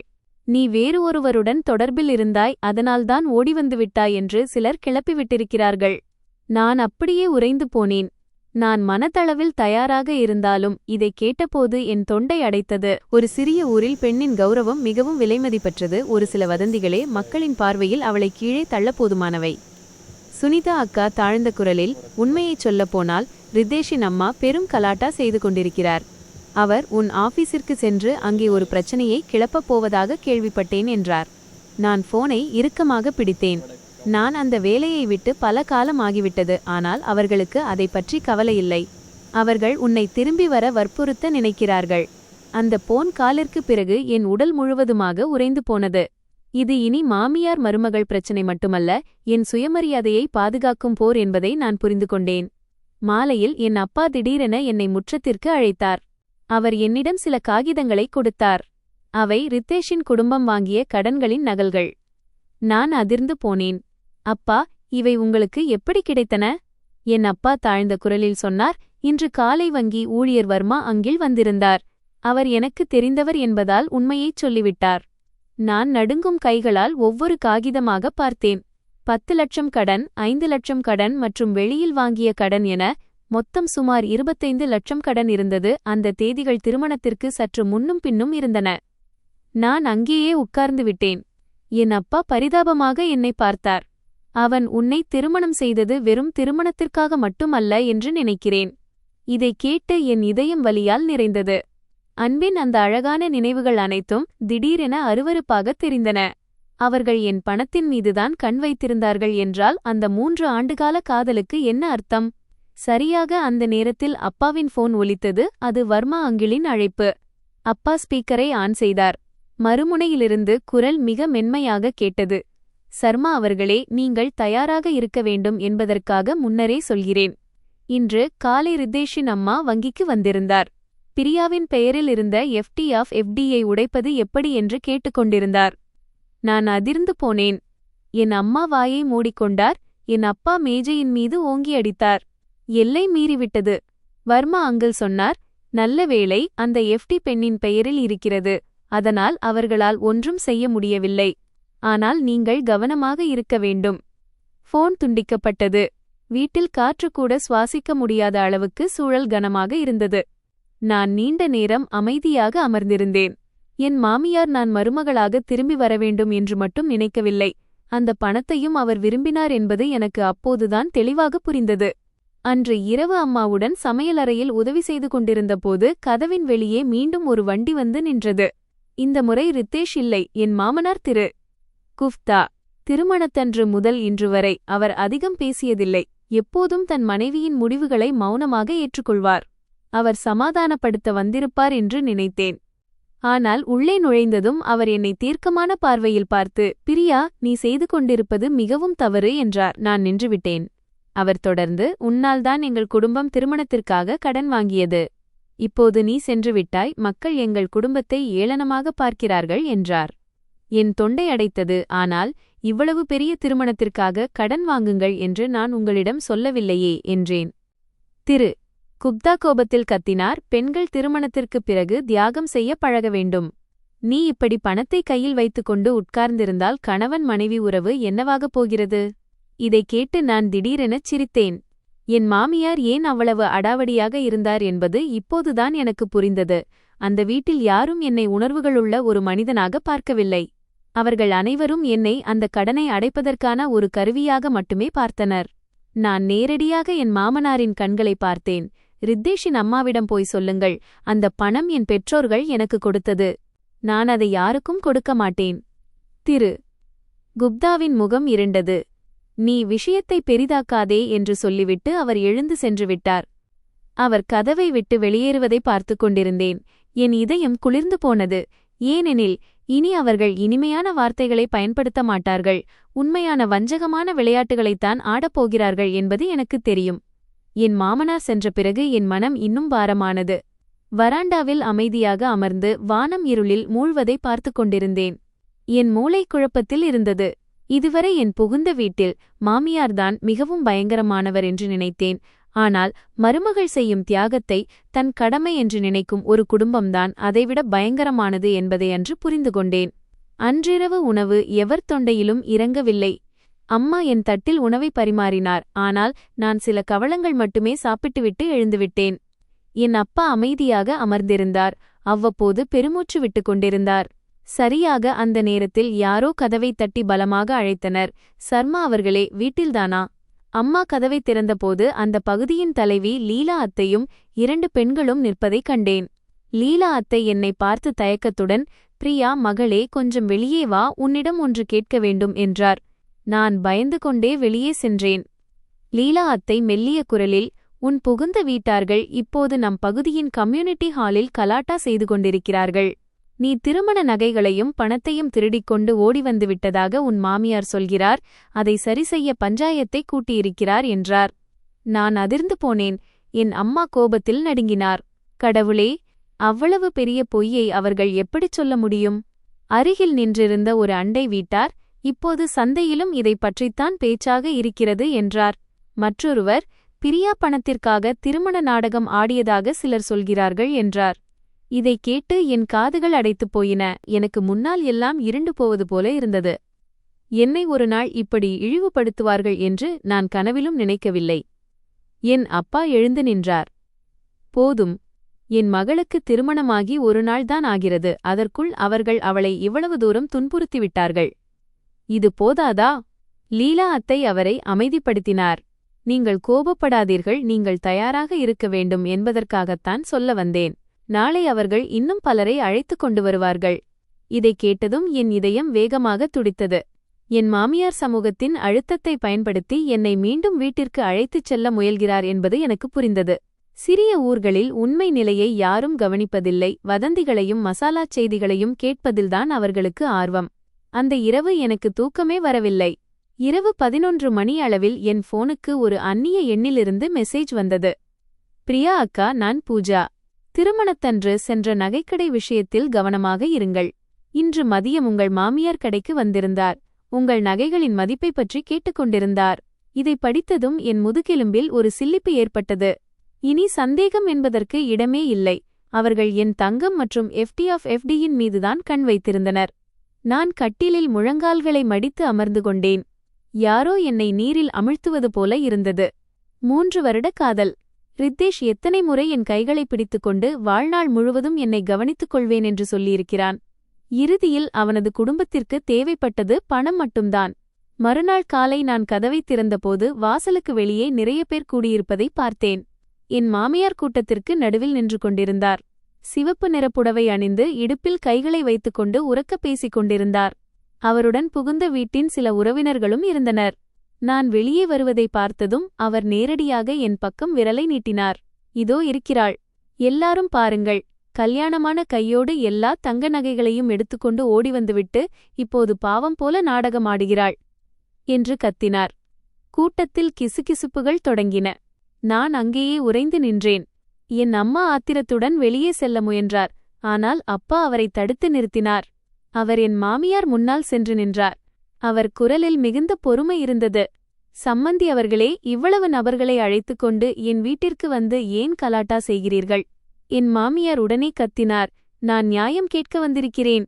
உங்கள் மகள் திருமணத்திற்காக வழங்கப்பட்ட மொத்த தங்கத்தையும் எடுத்துக்கொண்டு ஓடிவிட்டாள். அவளுடைய திருமணத்திற்காக எங்களுக்கு லட்சக்கணக்கில் செலவாகிவிட்டது. என்னால் பொறுக்க முடியவில்லை. உங்கள் வீட்டிலிருந்து நான் ஒரு பைசா கூட எடுத்து வரவில்லை என்றேன். அவர் ஏளனமாக சிரித்தார். அப்படியானால் அந்த தங்க நகைகளும் FDயும் எங்கே? என் தொண்டை அடைத்தது. இறுதியில் அவர்கள் தங்கள் உண்மையான நோக்கத்தை வெளிப்படுத்திவிட்டார்கள். என் அப்பா மெல்லிய குரலில் ஏதோ சொல்ல முயன்றார். ஆனால் என் மாமியார் உடனே கசப்புடன் குறுக்கிட்டார். பெண் ஒரு வீட்டிற்கு திருமணமாகி சென்றுவிட்டால் அவளது செல்வம் அந்த புகுந்த வீட்டிற்குத்தான் பயன்பட வேண்டும். அதை இப்படி தன் வசம் வைத்துக் கொள்வது சுயநலம் என்று புகுந்த வீட்டின் அத்தை ஒருவர் இடையில் கூறினார். இதைக் கேட்டு எனக்கு சிரிப்பு வந்தது. அப்படியானால் அவர்களின் பார்வையில் திருமணத்திற்கு தங்கள் சொத்துக்கள் முழுவதையும் அவர்களிடம் ஒப்படைக்க வேண்டும் என்று அர்த்தமா? நான் நேரடியாக என் மாமியாரின் கண்களை பார்த்து, உங்களுக்கு நான் மீண்டும் வீட்டிற்கு வரவேண்டும் என்று வேண்டுமா, அல்லது அந்த பணம் வேண்டுமா என்று கேட்டேன். கூடியிருந்த கூட்டமே அமைதியானது. என் மாமியாரின் முகம் ஆத்திரத்தில் சிவந்தது. என்ன திமிர்பிடித்த பேச்சு இது என்று அவர் கத்தினார். நான் ஒரு மெல்லிய சிரிப்புடன், நீங்கள் உண்மையாகவே என்னை உங்கள் வீட்டுப் பெண்ணாக கருதியிருந்தால் திருமணமான முதல் இரவே என்னை 30க்கும் மேற்பட்ட விருந்தினர்களின் பாத்திரங்களை அதிகாலை 2 மணி வரை கழுவ வைத்திருக்க மாட்டீர்கள் என்றேன். வெளியே நின்றிருந்தவர்களில் சிலர் ஒருவரை ஒருவர் பார்த்து கொண்டனர். இது உண்மையிலேயே நடந்ததா என்று ஒருவர் மெல்லக் கேட்டார். என் இன்னும் வீங்கியிருந்த சிவந்த கைகளை உயர்த்தி, இதுதான் ஒரு இரவு மருமகளாக இருந்ததற்கான விலை என்றேன். சூழல் மாறத் தொடங்கியது. மக்கள் கிசுகிசுப்பதை பார்த்த என் மாமியார் இன்னும் ஆவேசமானார். சிறிய வேலைக்கு இவ்வளவு பெரிய ஆர்ப்பாட்டமா? எல்லா வீட்டிலும் மருமகள் வேலை செய்யத்தான் செய்கிறாள். நான் அவரை நீண்ட நேரம் பார்த்துவிட்டு மெதுவாகச் சொன்னேன், மருமகள் என்பவள் வேலைக்காரி அல்ல. இந்த வாக்கியம் முற்றத்தையே அதிர வைத்தது. சரியாக அந்த நேரத்தில் ரித்தேஷ் அங்கு வந்தான். கூட்டத்தை பிளந்து கொண்டு வந்த அவனது முகம் பதற்றத்துடன் இருந்தது. என்னை பார்த்ததும் அவன் தன் அம்மாவின் கையை பிடித்து, அம்மா, வா வீட்டிற்கு போகலாம் என்றான். ஆனால் என் மாமியார் அவன் கையை உதறிவிட்டு திடீரென முற்றத்தின் நடுவில் தரையில் அமர்ந்து கைகளை தரையில் அடித்துக்கொண்டு ஓவென்று அழத் தொடங்கினார். கடவுளே, என் வீட்டிற்கு எவ்வளவு துரதிர்ஷ்டம்! இப்படிப்பட்ட பேராசை பிடித்த மருமகள் கிடைத்துவிட்டாளே என்று அவர் அலறிய குரல் அந்த பகுதி முழுவதும் எதிரொலித்தது. வேடிக்கை பார்க்க வந்தவர்களின் கூட்டம் இன்னும் கூடியது. இந்த காட்சியை பார்த்து நான் ஸ்தம்பித்து நின்றேன். ஒரு முதிய பெண் பணத்திற்காக தன் கௌரவத்தை இப்படி சந்தைப்படுத்தி தெருவில் வைப்பார் என்று நான் நினைத்துக்கூட பார்க்கவில்லை. ரித்தேஷ் தன் அம்மா அருகில் தலைகுனிந்து நின்றான். அவரை தடுக்க எந்த முயற்சியும் செய்யவில்லை. அந்த நொடியில் என் இதயத்தில் எஞ்சியிருந்த காதலும் முற்றிலுமாக அழிந்துவிட்டது. இந்த மனிதன் ஒருபோதும் தன் மனைவியை பாதுகாக்க மாட்டான் என்பதை நான் புரிந்து கொண்டேன். தவறான நபரை திருமணம் செய்து கொள்வதை விடவும் நாம் நேசித்த நபர் ஒரு தவறான நபர் என்று அறிந்து கொள்வதுதான் மிகுந்த துயரம் என்பதையும் உணர்ந்தேன். என் மாமியார் முற்றத்தில் அழுது கூச்சலிட்டதால் ஒட்டுமொத்த பகுதியும் கூடியிருந்தது. கதவுக்கு வெளியே கூட்டம் கூடியிருந்தது. ஏதோ நாடகத்தை பார்ப்பது போல அனைவரும் உள்ளே எட்டிப் பார்த்தனர். சிலர் எனக்காக பரிதாபப்பட்டனர், சிலர் வெறும் வேடிக்கை பார்க்கவும் கதையை அடுத்தவர்களுக்கு பரப்பவும் நின்று கொண்டிருந்தனர். என் மாமியார் இன்னும் தரையில் அமர்ந்து கைகளை கீழே அடித்து அலறிக் கொண்டிருந்தார். கடவுளே, இப்படியொரு பேராசைக்கார மருமகளை அடைய நான் என்ன பாவம் செய்தேன்? புகுந்த வீட்டின் அத்தைகளும் பெரியம்மாக்களும் உடனே அவருக்கு ஆதரவாக பேசத் தொடங்கினர். இக்காலத்து பெண்கள் மிகவும் கெட்டிக்காரர்கள், எதையும் செய்தாலும் தப்பித்து விடுவார்கள். முகத்தை பார்த்தால் அப்பாவி போல தெரிகிறாள், ஆனால் உள்ளுக்குள் என்னவெல்லாம் ஒளித்து வைத்திருக்கிறாளோ? நான் முற்றத்தின் நடுவில் நின்று கொண்டிருந்தேன். என் கால்கள் குளிரில் மரத்துப் போயிருந்தன. எனக்கு இவ்வளவு வலிக்கும், நான் அழுவேன் என்று நினைத்தேன். ஆனால் நடந்த எல்லாவற்றிற்கும் பிறகு என் இதயம் ஒரு விசித்திரமான வெறுமைக்கு உள்ளாகியிருந்தது. ரித்தேஷ் தன் அம்மா அருகில் நின்று கொண்டிருந்தான். அவன் முகத்தில் பதற்றம் இருந்தது. கூட்டம் கூடிக்கொண்டே இருந்ததால் அவன் சுற்றிலும் பார்த்து கொண்டிருந்தான். அவனுக்கு தன் கௌரவம் பறிப்போய்விடுமோ என்ற பயம் இருந்தது. ஆனால் தன் மனைவியின் உணர்வுகள் பற்றி அவனுக்கு கவலையில்லை. என் அப்பா இறுதியாக பொறுமை இழந்து என் மாமியார் முன்னால் சென்று நின்றார். அவர் குரல் ஆத்திரத்தில் நடுங்கியது. இந்த நாடகத்தை நிறுத்துங்கள். என் மாமியார் உடனே தலையை உயர்த்தி, யாருடைய நாடகத்தைப் பற்றி பேசுகிறீர்கள்? உங்கள் மகள் என் வீட்டை நாசமாக்கிவிட்டாள். இப்போது நான் நியாயம் கேட்கக்கூடக் கூடாதா என்றார். என் அப்பா பற்களை நரநரவெனக் கடித்தார். ஒரு பெண்ணை திருமணமான முதல் நாளிலேயே கொடுமைப்படுத்துவதா நீங்கள் கேட்கும் நியாயம்? என் மாமியார் ஏளனமாக சிரித்தார். பத்திரம் கழுவிய விஷயத்திற்கு என்னவோ அவள் மீது நான் தாக்குதல் நடத்தியது போல இவ்வளவு பெரிய கலாட்டா செய்கிறீர்களே. இதை கேட்டதும் என் அம்மாவால் பொறுத்துக் கொள்ள முடியவில்லை. அவர் முன் வந்து கண்களில் கண்ணீர் வழியக் கேட்டார். உங்கள் சொந்த மகளை திருமணமான முதல் நாளிலேயே அதிகாலை 2 மணி வரை பாத்திரங்களை கழுவச் சொல்லிப் பாருங்கள். அப்போது உங்களுக்கு வலி தெரியாதா? சூழல் உடனே பதற்றமானது. அண்டை வீட்டார்கள் இன்னும் சத்தமாக கிசுகிசுக்கத் தொடங்கினர். வாசலில் நின்ற பெரியவர் ஒருவர் தலையசைத்தார். ஏதாவது பிரச்சனை என்றால் அமைதியாக பேச வேண்டும். புதிதாக திருமணமாகிய பெண்ணுக்கு இவ்வளவு கொடுமை செய்வது முறையல்ல. இதை கேட்டதும் என் மாமியார் இன்னும் ஆவேசமடைந்தார். அவர் எழுந்து நின்று நேரடியாக என்னை பார்த்து விரலை நீட்டினார். பிரியா, இன்று நீ உண்மையைச் சொல்லியே ஆக வேண்டும். நீ என் வீட்டிலிருந்து எடுத்த பணத்தை திருப்பித் தருகிறாயா இல்லையா? முற்றமே நிசப்தமானது. இறுதியில் அவர் சுற்றிக் காட்டாமல் விஷயத்தை பேசிவிட்டார். நான் அவரை நீண்ட நேரம் பார்த்துவிட்டு மெதுவாக கேட்டேன். என் பெற்றோர்கள் எனக்கு கொடுத்த பணத்தைப் பற்றித்தானே நீங்கள் கேட்கிறீர்கள்? புகுந்த வீட்டிற்கு தர முடியாத பணத்தை வைத்துக்கொண்டு என்ன செய்யப் போகிறாய்? அவர் கேட்டதும் நான் சிரித்தேன். என் சிரிப்பே எனக்கு கசப்பாக இருந்தது. அப்படியானால் நீங்கள் ஆரம்பத்திலிருந்தே என்னை திருமணம் செய்தது பணத்திற்காக மட்டும்தானா? என் மாமியாரின் முகம் உடனே மாறியது. வார்த்தைகளை கவனித்துப் பேசு. நான் என் கைகளை விலக்கிக் கொண்டேன். நான் தவறாக என்ன சொன்னேன்? திருமணத்திற்குப் பிறகு நீங்கள் தங்கம் மற்றும் FD பற்றி மட்டுமே பேசினீர்கள். நான் சோர்வாக இருக்கிறேனா அல்லது எனக்கு வலி இருக்கிறதா என்று ஒருமுறை கூட நீங்கள் கேட்கவில்லை. அவர் சில நொடிகள் அமைதியாக இருந்தார்.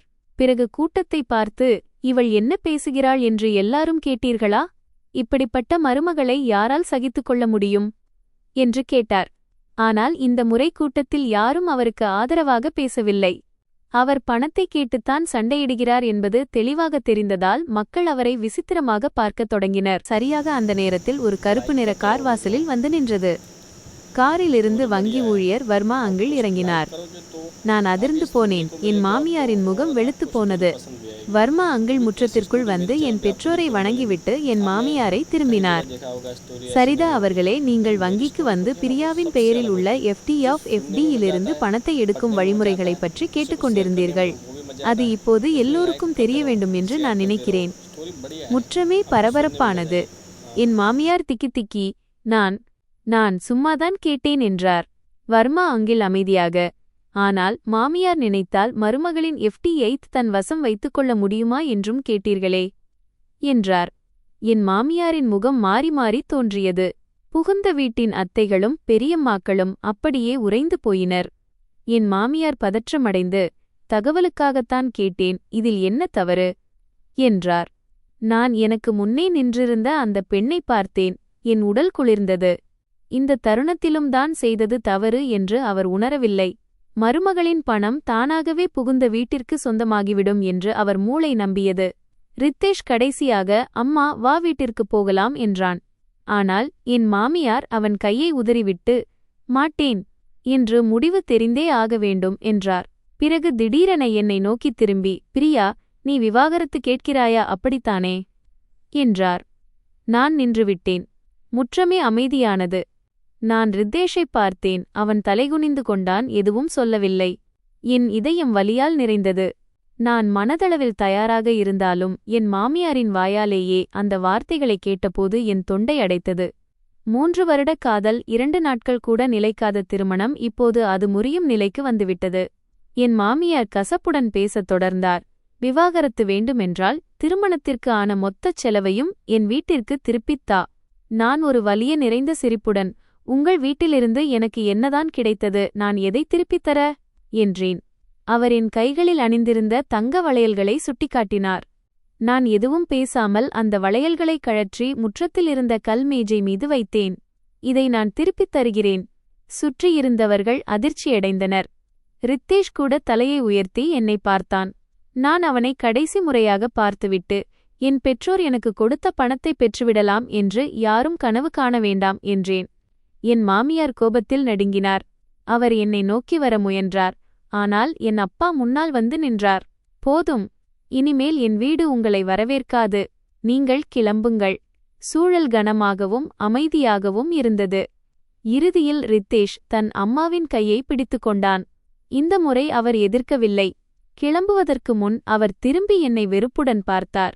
நீ தவறு செய்கிறாய், வருத்தப்படும்போது மன்னிப்பு கேட்க வருவாய். இதைக் கேட்டதும் என் முதுகெலும்பில் ஒரு சில்லிப்பு ஏற்பட்டது. உண்மையான புயல் வரப்போகிறது என்பதை என்னால் உணர முடிந்தது.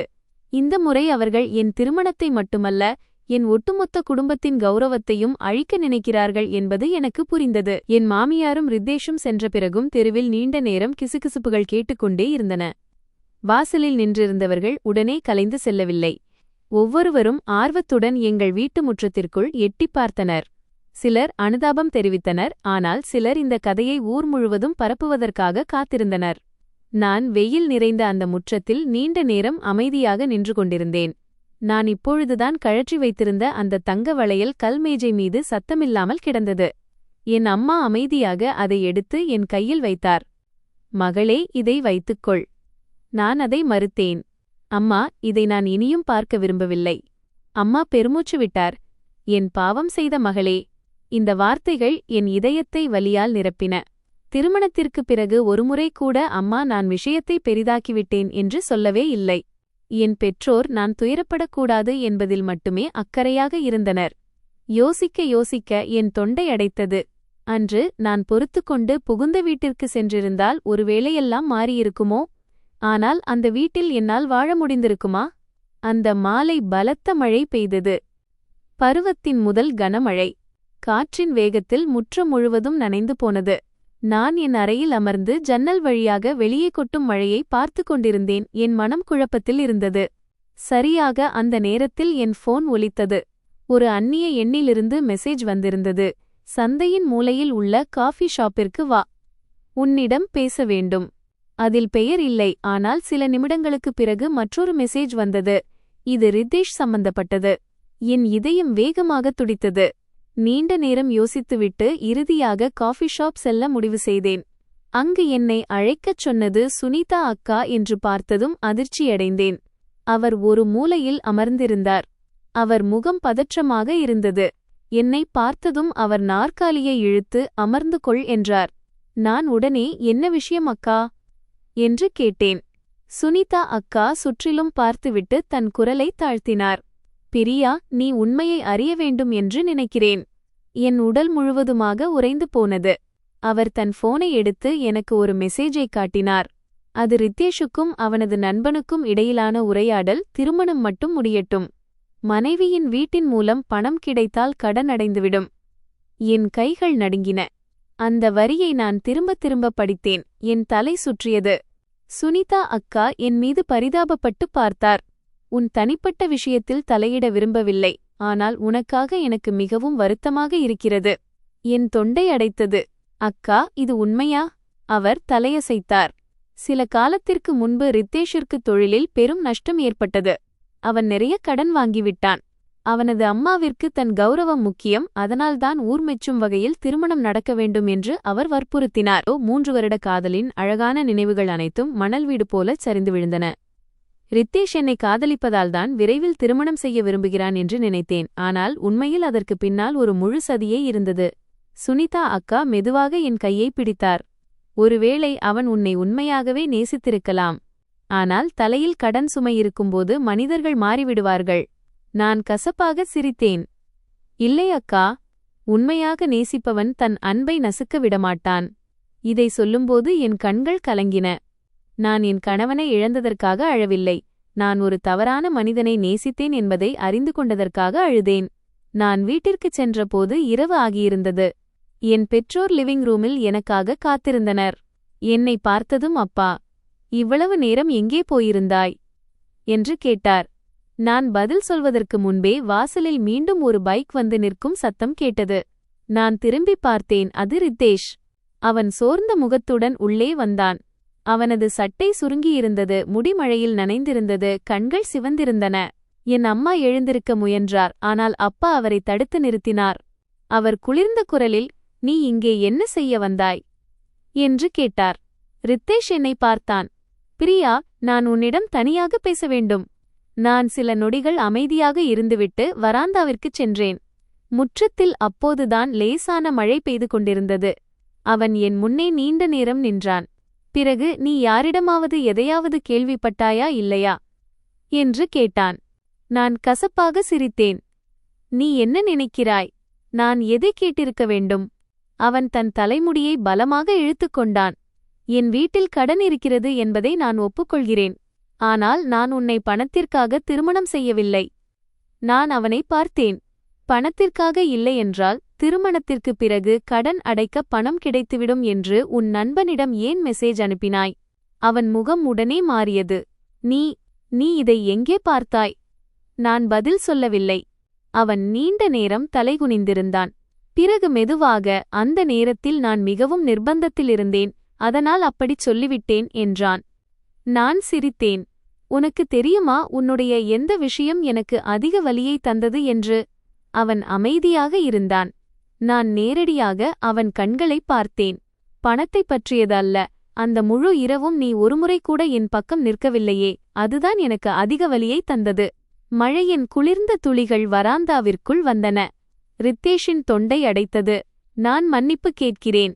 நான் வீட்டை விட்டு வந்த பிறகு அவன் கேட்ட முதல் மன்னிப்பு இது.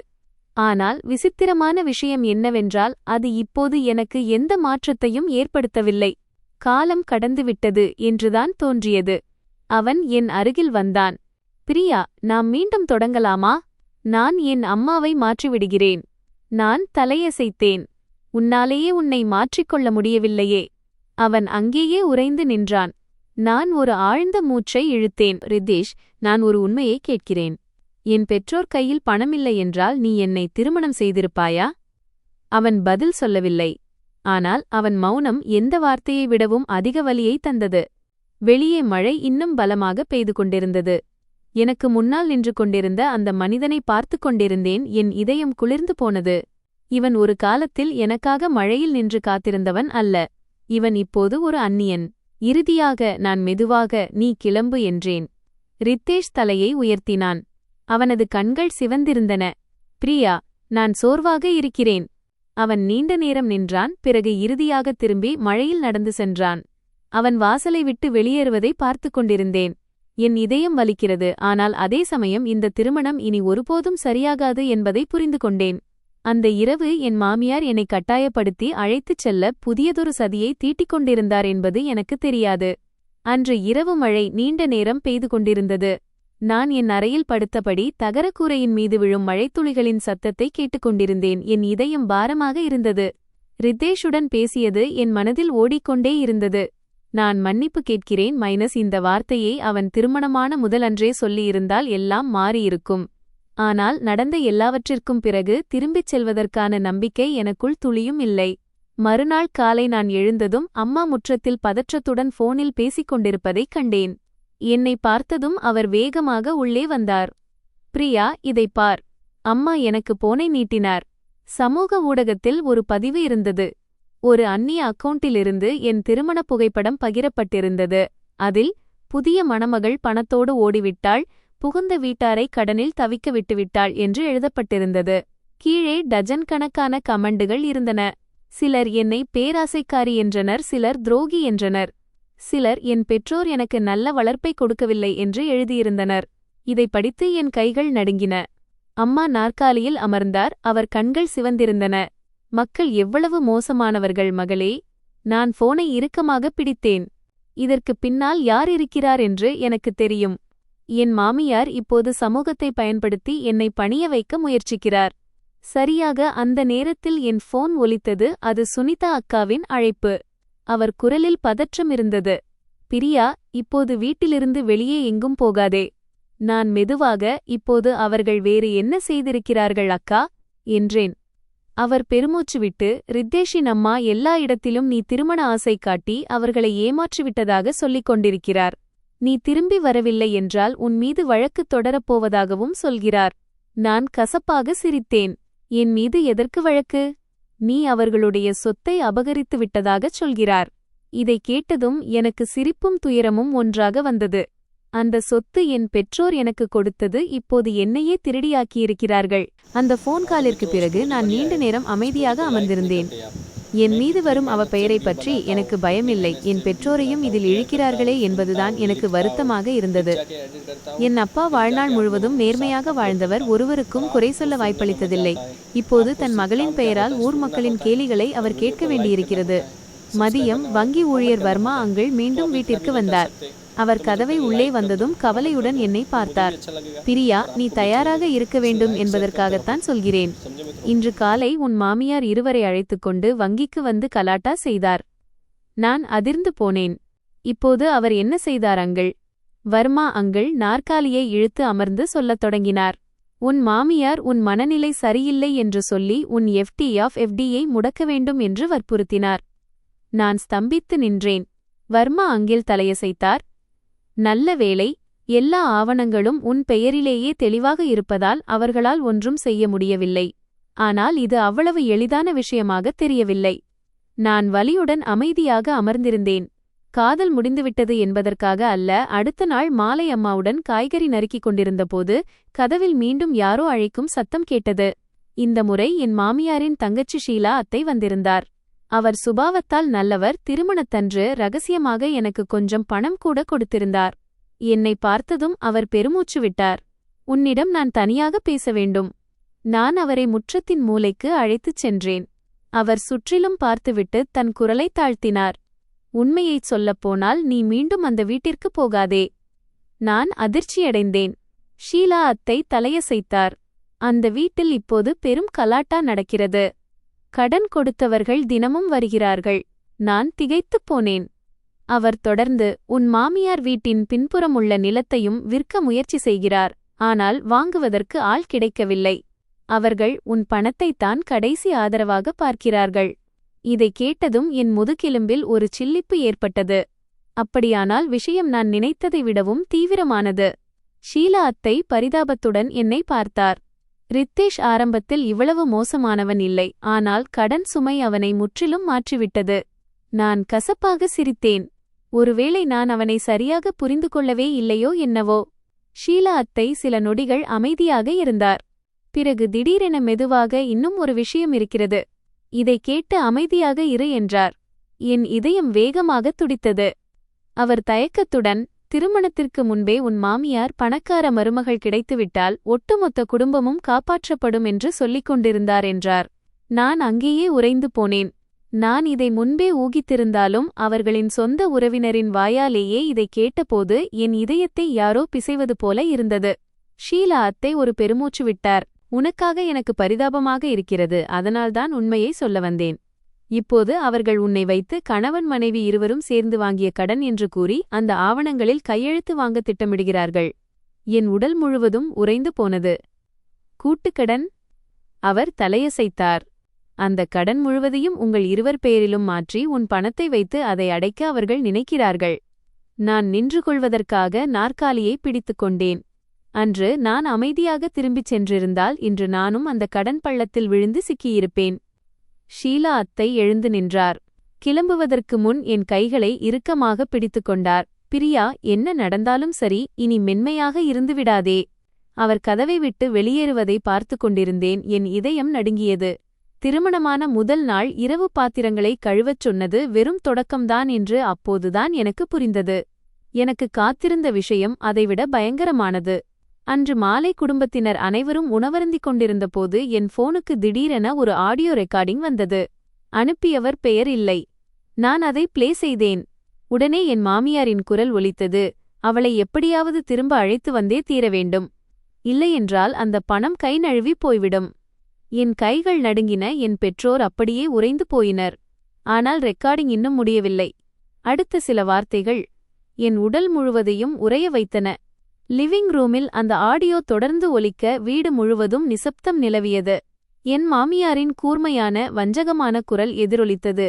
அவள் வரத் தயார் இல்லை என்றால் அவள் எங்கும் தலைகாட்ட முடியாத அளவுக்கு அவளை அவதூறு செய்துவிடுங்கள். சிறிய ஊர்களில் பெண்களுக்கு கௌரவம் போனால் அவர்கள் தானாகவே பணிந்து விடுவார்கள். அதன் பிறகு மற்றொரு பெண்ணின் குரல் கேட்டது. அது ஒரு அத்தையாக இருக்கலாம்.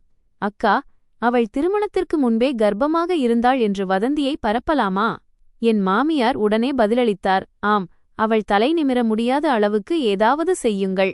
அப்போதுதான் அவள் பணத்தை எடுப்பாள். இதை கேட்டதும் என் உடல் முழுவதும் உறைந்து போனது. என் கையில் இருந்த போன் நடுங்கிக் கொண்டிருந்தது. என் அம்மா வாயை மூடிக்கொண்டு அழத் தொடங்கினார். என் அப்பாவின் முகம் கோபத்தில் சிவந்தது. ஒரு வயதான பெண் இவ்வளவு கொடூரமானவளாக இருக்க முடியும் என்று நான் நினைத்துக்கூட பார்க்கவில்லை. பணம் கிடைக்கவில்லை என்றால் மருமகளின் கௌரவத்தை மண்ணோடு மண்ணாக்குவதா? ஒரு பெண்ணின் மீது பொய்யான பழியை சுமத்தும் இவ்வளவு இழிவான செயலை செய்யவும் அவர்கள் தயங்கவில்லை. என் அப்பா எழுந்து நின்றார். இனி இதை பொறுத்துக்கொள்ள முடியாது. அவர் அறையில் அங்கும் இங்கும் நடக்கலானார். அவரது கைகள் எவ்வளவு இறுக்கமாக மூடியிருந்தன என்றால் நரம்புகள் புடைத்து தெரிந்தன. என் அம்மா கண்ணீரை துடைத்துக்கொண்டே நடுங்கும் குரலில், நாம் போலீசில் சொல்லிவிடலாமா என்று கேட்டார். நான் நீண்ட நேரம் அமைதியாக அமர்ந்திருந்தேன். என் இதயத்தில் வலியும் குளிரும் ஒரு சேர இருந்தன. அந்த நேரத்தில் கூட என் புகுந்த வீட்டார்கள் தாங்கள் செய்தது தவறு என்று நினைக்கவில்லை. அவர்கள் என்னை பணிய வைப்பதற்கான வழிகளை மட்டுமே தேடிக்கொண்டிருந்தனர். சரியாக அந்த நேரத்தில் என் போன் ஒலித்தது. அது ரித்தேஷின் அழைப்பு. திரையில் மின்னிய அவனது பெயரை நீண்ட நேரம் பார்த்துவிட்டு பிறகு போனை எடுத்தேன். மறுமுனையில் சில நொடிகள் மௌனம் நிலவியது. பிறகு அவனது தாழ்ந்த குரல் கேட்டது. பிரியா, அந்த ரெக்கார்டிங்கை நீ கேட்டுவிட்டாயா இல்லையா? நான் கசப்பாக சிரித்தேன். உனக்கு தெரியுமா? அவன் ஒரு பெருமூச்சு விட்டான். அம்மா இவ்வளவு தூரம் போவாரென்று எனக்கு தெரியாது. இதை கேட்டு என் இதயம் வலியால் நிறைந்தது. இந்த இக்கட்டான நிலையிலும் அவன் எனக்கு தெரியாது என்று மட்டுமே சொல்லிக் கொண்டிருந்தான். அம்மா என்னிடம் பாத்திரம் கழுவச் சொன்னது தெரியாது, பணம் கேட்டது தெரியாது, என்னை அவதூறு பேசியது தெரியாது, இப்போது என் கௌரவத்தை அழிக்க நினைப்பது தெரியாது. நான் மெதுவாக கேட்டேன். இப்போது நீ என்ன செய்யப் போகிறாய்? அவன் அமைதியாக இருந்தான். அவனது மௌனம் என்னை மீண்டும் கசப்பாக சிரிக்க வைத்தது. சரியாக அந்த நேரத்தில் மறுமுனையில் என் மாமியார் கத்தும் சத்தம் கேட்டது. ரித்தேஷ், நீ இன்னும் அவளிடம் பேசிக் கொண்டிருக்கிறாயா? அதன் பிறகு ஏதோ மோதல் நடக்கும் சத்தம் கேட்டு போன் துண்டிக்கப்பட்டது. கருப்பு நிறமாக மாறிய திரையை பார்த்து கொண்டிருந்தேன். என் இதயம் எரிந்தது. நான் ஒரு காலத்தில் காதலித்த அந்த மனிதனால் தன் மனைவியைக் கூட பாதுகாக்க முடியவில்லை. வெளியே காற்று வீசத் தொடங்கியது. வீட்டில் சுவாசிக்க கூட முடியாத அளவுக்கு சூழல் கனமாக இருந்தது. சுமார் 1 மணி நேரத்திற்குப் பிறகு வங்கி ஊழியர் வர்மா அங்கிளிடமிருந்து மீண்டும் போன் வந்தது.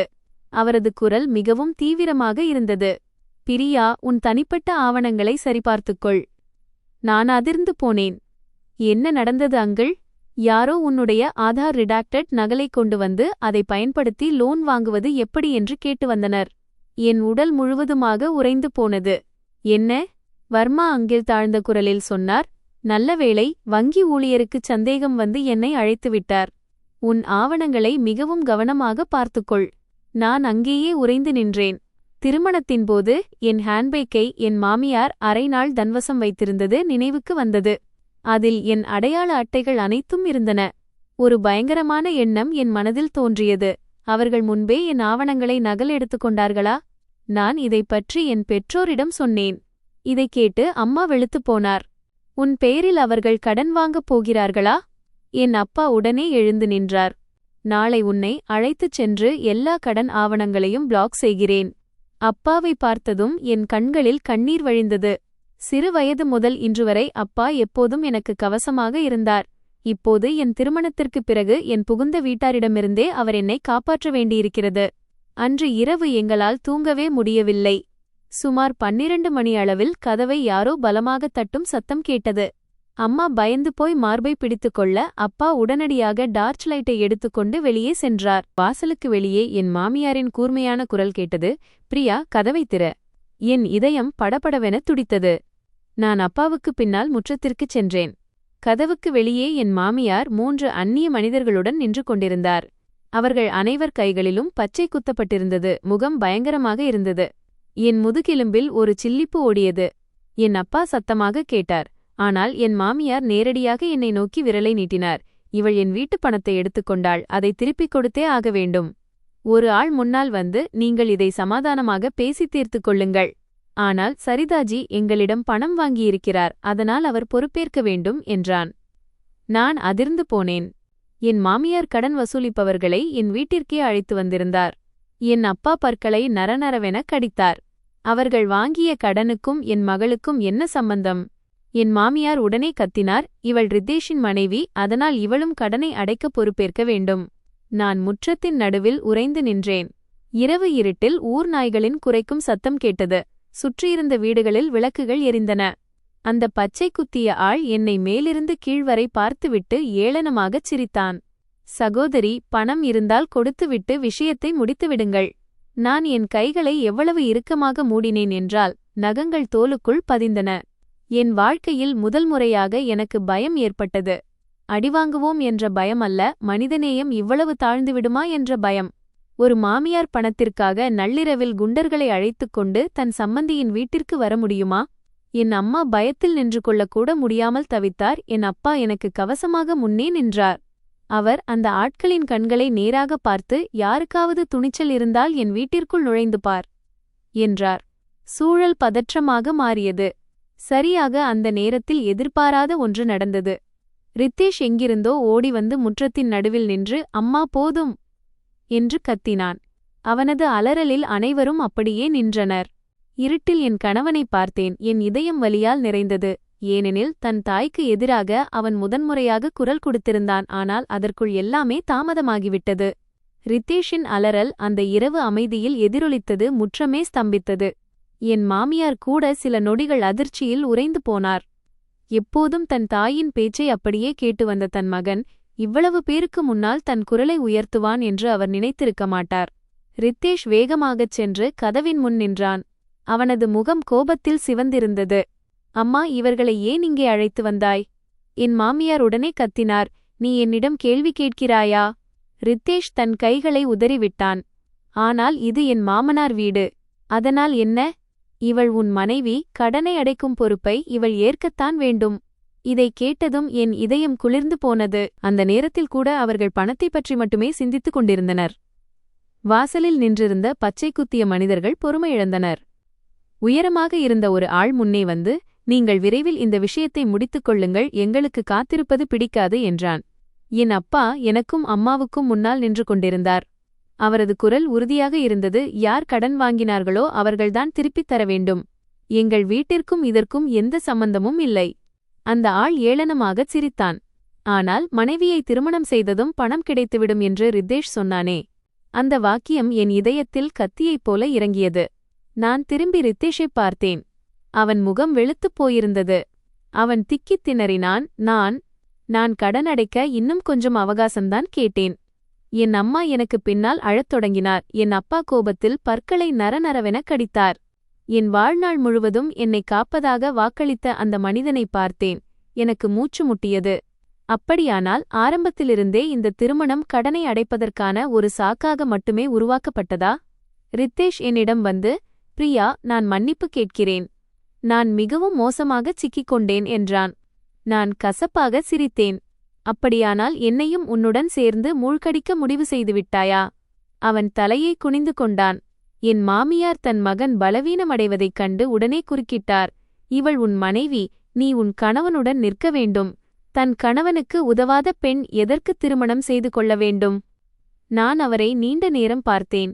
முற்றத்தின் மஞ்சள் நிற வெளிச்சத்தில் அவர் முகம் மிகவும் கொடூரமாகத் தெரிந்தது. பேராசை ஒரு மனிதனை எந்த அளவுக்கு மாற்றும் என்பது எனக்கு அப்போதுதான் புரிந்தது. சரியாக அந்த நேரத்தில் எதிர்பாராத ஒன்று நடந்தது. ரித்தேஷ் தன் தாயை திரும்பிப் பார்த்து நடுங்கும் குரலில் அம்மா என்றான். என் மாமியார் திகைத்துப்போய் என்ன சொன்னாய் என்றார். அவன் தலையை உயர்த்தினான். நான் சொல்கிறேன், இப்போது போதும், நிறுத்துங்கள். சூழல் பதற்றமானது. கடன் வசூலிப்பவர்கள் கூட அமைதியாக இதை பார்த்து கொண்டிருந்தனர். ரித்தேஷ் ஒரு பெருமூச்சு விட்டு பேசத் தொடங்கினான். நான் திகைத்து நின்றேன். இதுவே அவன் எனக்கு ஆதரவாக நின்ற முதல் தருணம். ஆனால் என் இதயத்தில் இருந்த காயங்கள் மிகவும் ஆழமாக இருந்ததால் என்னால் முன்பு போல உணர முடியவில்லை. என் மாமியார் பைத்தியம் பிடித்தது போல ஆனார். அவர் முன்னேறி வந்து ரித்தேஷின் கன்னத்தில் ஓங்கி ஒரு அறை அறைந்தார். அயோக்கியனே, இவள் உன்மீது ஏதாவது மந்திரம் செய்துவிட்டாளா? அந்த அறையின் சத்தம் அந்த இரவு அமைதியில் எதிரொலித்தது. ரித்தேஷ் அங்கேயே நின்றான். அவனது கன்னம் சிவந்து போயிருந்தது. இதை பார்த்த என் இதயம் வலியால் துடித்தது. என்ன நடந்தாலும் என் முன்னே நின்றிருந்த அந்த மனிதனைத்தான் நான் ஒரு காலத்தில் மனதார நேசித்தேன். ஆனால் அதே சமயம் ஒன்று எனக்கு தெளிவாக புரிந்தது. இப்படியான ஒரு கட்டுப்பாட்டில் வளர்ந்த ஒரு மனிதனால் தன் குடும்பத்தை பாதுகாக்க ஒருபோதும் வலுவானவனாக இருக்க முடியாது. என் மாமியார் கத்திக்கொண்டே இருந்தார். பணம் கிடைக்கவில்லை என்றால் நாம் அனைவரும் வீதிக்கு வந்து விடுவோம். இதையெல்லாம் நான் யாருக்காக செய்கிறேன் என்று நினைக்கிறாய்? ரித்தேஷின் குரல் கேட்டது. ஆனால் நீங்கள் பிரியாவை வற்புறுத்த முடியாது. அந்த பெண்ணிடம் 5 லட்சம் உள்ளது. அந்த பணத்தை கொடுத்துவிட்டால் போதும், நிறைய விஷயங்கள் சரியாகிவிடும். இதைக் கேட்டதும் என் உடல் முழுவதும் உறைந்து போனது. வெளியே நின்றிருந்தவர்கள் கிசுகிசுக்கத் தொடங்கினர். யாரோ தலையசைத்து, கடவுளே, அப்படியானால் பணத்திற்காகவே திருமணத்தை செய்திருக்கிறார்கள் என்றனர். என் மாமியார் இதைக் கேட்டு இன்னும் பதற்றமடைந்தார். அவர் கடன் வசூலிப்பவர்களிடம் திரும்பி, நீங்கள் இவர்களுடைய பேச்சை கேட்காதீர்கள், நான் பணத்தை எடுத்துத் தருகிறேன் என்றார். ஆனால் அந்த உயரமாக இருந்த ஆள் முகத்தை சுளித்து, எங்களுக்கு பணம்தான் வேண்டும், உங்கள் வாதங்களை அல்ல என்றான். பிறகு அவன் ரித்தேஷைப் பார்த்து, 3 நாட்களில் பணம் கிடைக்காவிட்டால் விளைவுகளை சந்திக்கத் தயாராக இருங்கள் என்று கூறிவிட்டு அவர்கள் அனைவரும் தங்கள் காரில் ஏறிச் சென்றனர். என் மாமியார் முற்றத்தின் நடுவில் நின்று கொண்டிருந்தார். அவர் தலைமுடி கலைந்திருந்தது, முகம் வெளுத்துப் போயிருந்தது. அந்த பதற்றத்தில் அவர் முகத்தில் தெரிந்த உண்மையான பயத்தை நான் முதன்முறையாக கண்டேன். ஏனென்றால் இப்போது அவரது மகன் கூட அவருக்கு ஆதரவாக நிற்கவில்லை. ரித்தேஷ் என்னை திரும்பி பார்த்தான். அவன் கண்கள் சிவந்திருந்தன. பிரியா, நான் மெதுவாக பின்வாங்கினேன். அந்த சில அடிகள் தூரம் கூட 2 வாழ்க்கைகளின் இடைவெளி போல நீளமாகத் தெரிந்தது. அவன் தொண்டை அடைத்தது. நான் செய்த தவறு எனக்குத் தெரியும். நான் கசப்பாகச் சிரித்தேன். உன்னை அறிந்து கொள்வதற்குள் காலம் கடந்துவிட்டது. அவன் தலையை குனிந்து கொண்டான். லேசான மழை பெய்யத் தொடங்கியது. அந்த துளிகள் இரவை இன்னும் குளிராக்கின. என் மாமியார் திடீரென நெஞ்சை பிடித்துக்கொண்டு தரையில் அமர்ந்தார். என் அம்மா பயந்து போய், சரிதா அவர்களே என்றார். ஆனால் அவர் அழுது கொண்டே விரக்தியில், நான் என் வீட்டை இழக்க விரும்பவில்லை, நான் தெருவுக்கு வர விரும்பவில்லை என்றார். இதைக் கேட்டு நான் ஸ்தம்பித்தேன். ஒரு பெண் தன் வாழ்நாள் முழுவதும் கௌரவத்திற்காக வாழ்ந்துவிட்டு இப்போது கடன் சுமையால் அனைத்தையும் இழந்து விடுவோமோ என்ற பயத்தில் பைத்தியமாகிவிட்டதைக் கண்டேன்.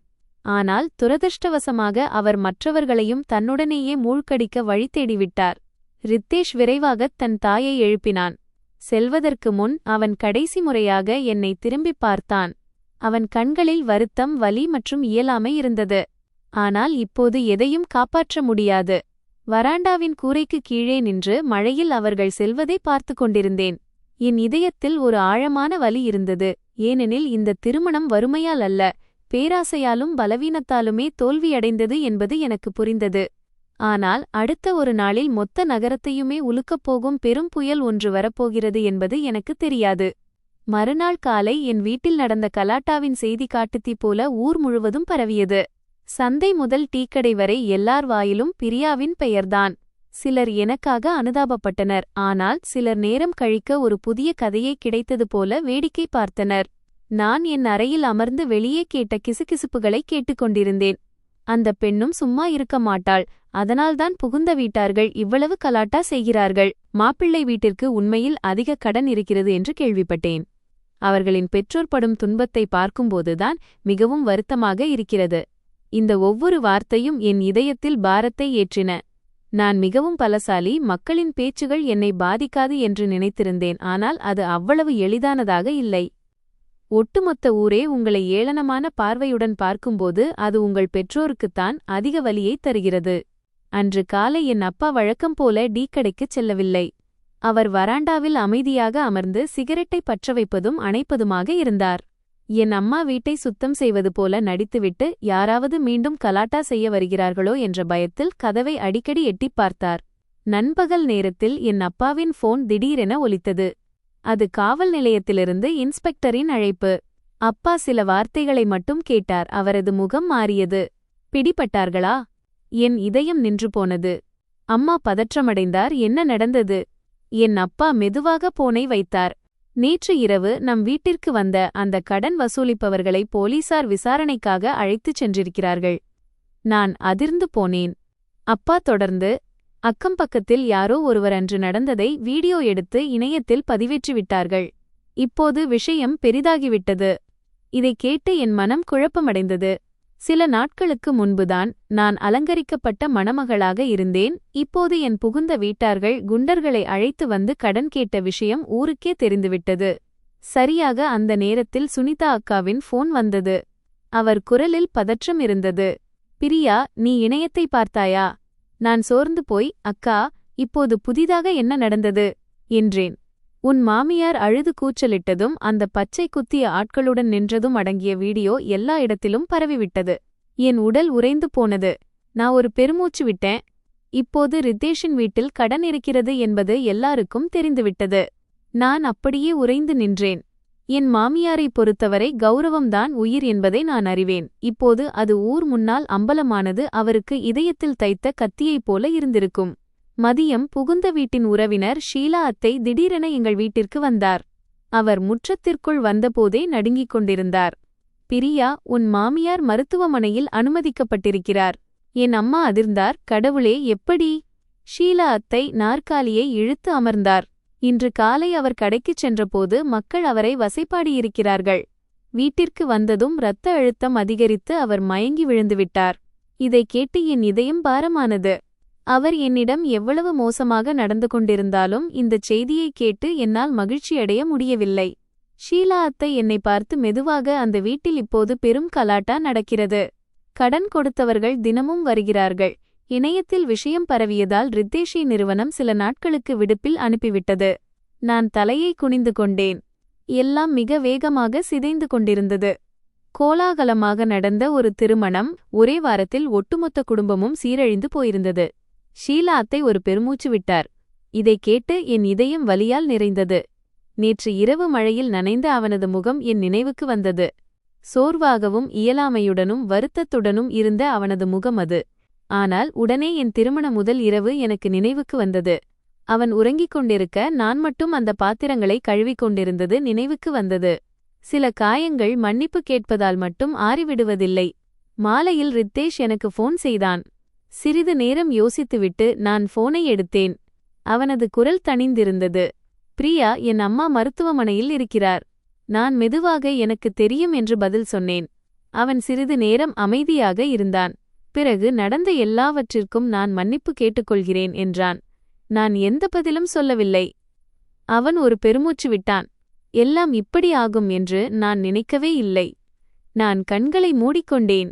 நீ ஒருமுறை கூட என்னைப் பற்றி சிந்திக்கவே இல்லை. மறுமுனையில் நிசப்தம் நிலவியது. பிறகு அவனது தொண்டை அடைத்தது. எனக்குத் தெரியும். அவனது குரலிலிருந்த சோர்வை என்னால் உணர முடிந்தது. இப்போது அவனிடம் பழைய கோபமோ மன்னிப்பு கேட்கும் துடிப்போ அல்லது அம்மாவிற்கு ஆதரவாக பேசும் குணமோ இல்லை. அவன் எல்லா பக்கமும் சிக்கிக்கொண்ட ஒரு மனிதனாக மட்டுமே இருந்தான்.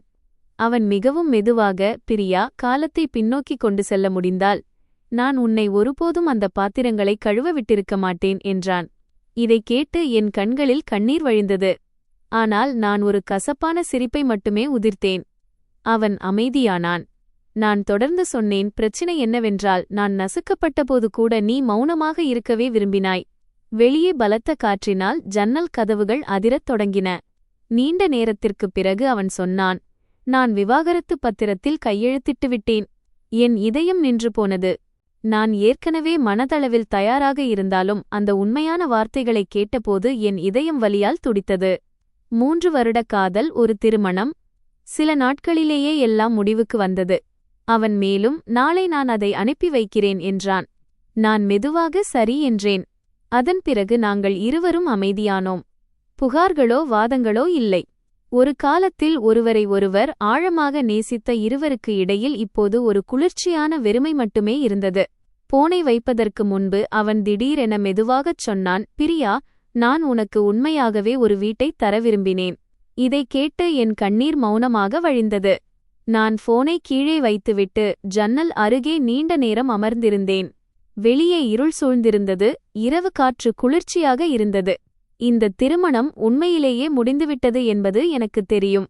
ஆனால் அடுத்த நாள் காலை என் மாமியாரின் கடைசி முகத்திரை கிழியப் போகிறது என்பதும் அது இந்த நகரத்தையே அதிர வைக்கப் போகிறது என்பதும் எனக்குத் தெரியாது. மறுநாள் காலை நான் ஒரு விவரிக்க முடியாத வெறுமையுடன் எழுந்தேன். என்னால் இரவு முழுவதும் தூங்க முடியவில்லை. ரிதேஷ் கடைசியாகச் சொன்ன அந்த வார்த்தை என் மனதில் ஒலித்துக்கொண்டே இருந்தது. நான் உனக்கு உண்மையாகவே ஒரு வீட்டைத் தர விரும்பினேன். காதல் முடிந்துவிட்டால் வலி முடிந்துவிடும் என்று சொல்வார்கள். ஆனால் அது உண்மையல்ல. எதிரில் இருப்பவர் உன்னை உண்மையாகவே நேசித்திருக்கிறார் என்று தெரிந்த பிறகு பிரியும் அந்த நொடிதான் எல்லாவற்றையும் விட அதிக வலியை தருகிறது. ஆனால் இறுதியில் அந்த பேராசை, பலவீனம் மற்றும் குடும்பத்தின் அழுத்தம் ஆகியவற்றால் அவன் வெற்றி பெறவில்லை. நான் முற்றத்திற்கு வந்தபோது அப்பா மிகுந்த மனபாரத்துடன் போனை பார்த்து கொண்டிருப்பதைக் கண்டேன். அருகில் நின்றிருந்த அம்மாவின் முகமும் வெளுத்திருந்தது. என்னை பார்த்ததும் அம்மா என் கையை பிடித்து, பிரியா, இதைப் பார் என்றார். நான் போனை வாங்கினேன். இணையத்தில் ஒரு புதிய பதிவு இருந்தது. ஆனால் இந்த முறை அது என்னை பற்றிய அவதூறு அல்ல, மாறாக என் மாமியார் கடன் வசூலிப்பவர்களை எங்கள் வீட்டிற்கு அழைத்து வந்த அந்த இரவு எடுக்கப்பட்ட வீடியோ அது. வீடியோவில் அவளிடம் பணம் இருக்கிறது, அதை என் வீட்டிற்காக அவள்தான் கொடுத்தே ஆக வேண்டும் என்று அவர் கத்தும் சத்தம் தெளிவாக கேட்டது. கீழே ஆயிரக்கணக்கான கமெண்டுகள் இருந்தன. சிலர் என் மாமியாரை பேராசைக்காரி என்று திட்டியிருந்தனர். சிலர் என் பெற்றோருக்காக அனுதாபம் தெரிவித்தனர். இவர் முன்பே தற்பெருமை பேசிக் கொண்டிருந்தார், இப்போது ஒரு பணக்கார மருமகள் கிடைக்கப் போகிறார் என்று காத்திருந்தார் என்று யாரோ எழுதியிருந்தனர். இதை படித்து என் கைகள் நடுங்கின. இறுதியில் இந்த விவகாரம் இந்த சிறிய நகரத்தை தாண்டிப் போய்விட்டது. மதியம் ஷீலா அத்தை மீண்டும் வந்தார். இந்த முறை அவர் முகம் முன்பை விடச் சோர்வாக இருந்தது. அமர்ந்ததும் ஒரு நீண்ட பெருமூச்சு விட்டு, அந்த வீட்டில் இப்போது நிஜமாகவே ஒரு பெரிய தமாஷாவே நடந்துவிட்டது என்றார். நான் அமைதியாக இருந்தேன். அவர் சுற்றிலும் பார்த்துவிட்டு தன் குரலைத் தாழ்த்தினார். நீ தெரிந்து கொள்ள வேண்டிய ஒரு விஷயம் இருக்கிறது. என் இதயம் திடீரென பாரமானது. ஷீலா அத்தை தன் பையிலிருந்து சில காகிதங்களை எடுத்து என்னிடம் கொடுத்தார். அவை நிலத்தை விற்பதற்கான ஆவணங்கள். விற்பவர் பெயரில் என் மாமனாரின் பெயர் இருந்தது. அதில் 10 ஆகஸ்ட் என்ற தேதி இருந்தது. அது திருமணத்திற்கு சரியாக 2 வாரங்களுக்கு முன்பு. நான் அதிர்ந்து போனேன். இது என்ன? அத்தை கசப்பாக சிரித்தார். வீட்டின் பின்புறம் உள்ள நிலம் எப்போதோ விற்கப்பட்டுவிட்டது. அந்த வீட்டில் இப்போது நிஜமாகவே ஒன்றும் மிஞ்சவில்லை. நான் அப்படியே உறைந்து நின்றேன். அவர் தொடர்ந்து, உங்கள் குடும்பம் திருமணத்தை முறித்துவிடும் என்று பயந்ததால் அவர்கள் இந்த உண்மையை மறைத்து விட்டார்கள். நான் ஸ்தம்பித்தேன். திருமணத்திற்கு முன்பே என் மாமியார் எங்களுக்காக 3 அடுக்கு மாடி வீடு கட்டுவோம் என்று தற்பெருமை பேசிக் கொண்டிருந்தது அனைத்தும் பொய் என்பது இப்போது புரிந்தது. ஷீலா அத்தை தலையை குனிந்து கொண்டார். சுமிதா அக்கா முன்பிருந்தே அதிக வட்டிக்கு கடன் வாங்கியிருந்தார். இந்த திருமணச் செலவு என்பது அந்த சவப்பெட்டியின் கடைசி ஆணிதான். இதைக் கேட்டதும் அம்மா நெஞ்சை பிடித்துக்கொண்டு அமர்ந்துவிட்டார். அப்பா கசப்புடன் தலையசைத்தார். வெறும் வேடிக்கைக்காக மொத்த குடும்பத்தையும் கடலில் மூழ்கடித்து விட்டார்களே. நான் என் கையில் இருந்த காகிதங்களை பார்த்தேன். என் இதயம் குளிர்ந்து போனது. ஆரம்பத்திலிருந்தே இந்த திருமணம் பொய்களின் அடித்தளத்தில் கட்டப்பட்டிருந்தது என்பது எனக்கு புரிந்தது. பணத்தை இழந்ததில் எனக்கு வருத்தமில்லை, நம்பிக்கையை இழந்ததில்தான் துயரம். மாலை நேரத்தில் ரித்தேஷ் திடீரென வீட்டிற்கு வந்தான். இந்த முறை அவன் தனியாகத்தான் வந்திருந்தான். இப்போது அவன் முகத்தில் முன்பிருந்த கோபமோ கண்களில் எந்த எதிர்ப்போ இல்லை. சில நாட்களிலேயே அவன் மிகவும் மெலிந்து போயிருந்தான். முடி கலைந்திருந்தது, ஆடைகள் சுருங்கியிருந்தன. அவன் பல ஆண்டுகள் முதியவன் போல தெரிந்தான். அவன் முற்றத்திற்கு வந்து என்னிடம் ஒரு ஃபைலை கொடுத்தான். விவாகரத்து பத்திரங்கள். நான் அந்த காகிதங்களை பார்த்தேன். என் இதயம் வலியால் நிறைந்தது. இந்த நாள் வரப்போகிறது என்பது எனக்கு தெரிந்திருந்தாலும் அந்த காகிதங்கள் என் கையில் இருந்தபோது என் தொண்டை அடைத்தது. ரித்தேஷ் நாற்காலியில் அமர்ந்தான். அவனது குரல் தணிந்திருந்தது. நான் கையெழுத்திட்டு விட்டேன். நான் ஒவ்வொரு பக்கமாக புரட்டினேன். சொத்து பகிர்வு குறித்த எந்த பகுதியும் அதில் இல்லை. எந்த சர்ச்சையும் இல்லை, எந்த கோரிக்கையும் இல்லை. நான் அவனை பார்த்தேன். இப்போது உனக்கு பணம் தேவையில்லையா? அவன் நீண்ட நேரம் தலைகுனிந்தே இருந்தான். நான் தவறு செய்துவிட்டேன். முற்றத்தில் காற்றுக்கு மரக்கிளைகள் சலசலத்தன. சோர்வான குரலில் அவன் தொடர்ந்தான். நேற்று இரவு அம்மாவுக்கு சுயநினைவு திரும்பிவிட்டது. நான் மெதுவாக, அவர் எப்படி இருக்கிறார் என்று கேட்டேன். அவன் கசப்பாகச் சிரித்தான். அம்மா அழுதுகொண்டே இருக்கிறார். நான் அமைதியாக இருந்தேன். அவன் தலையை உயர்த்தி என்னை பார்த்தான். அம்மா இவ்வளவு பயந்து நான் பார்த்ததே இல்லை.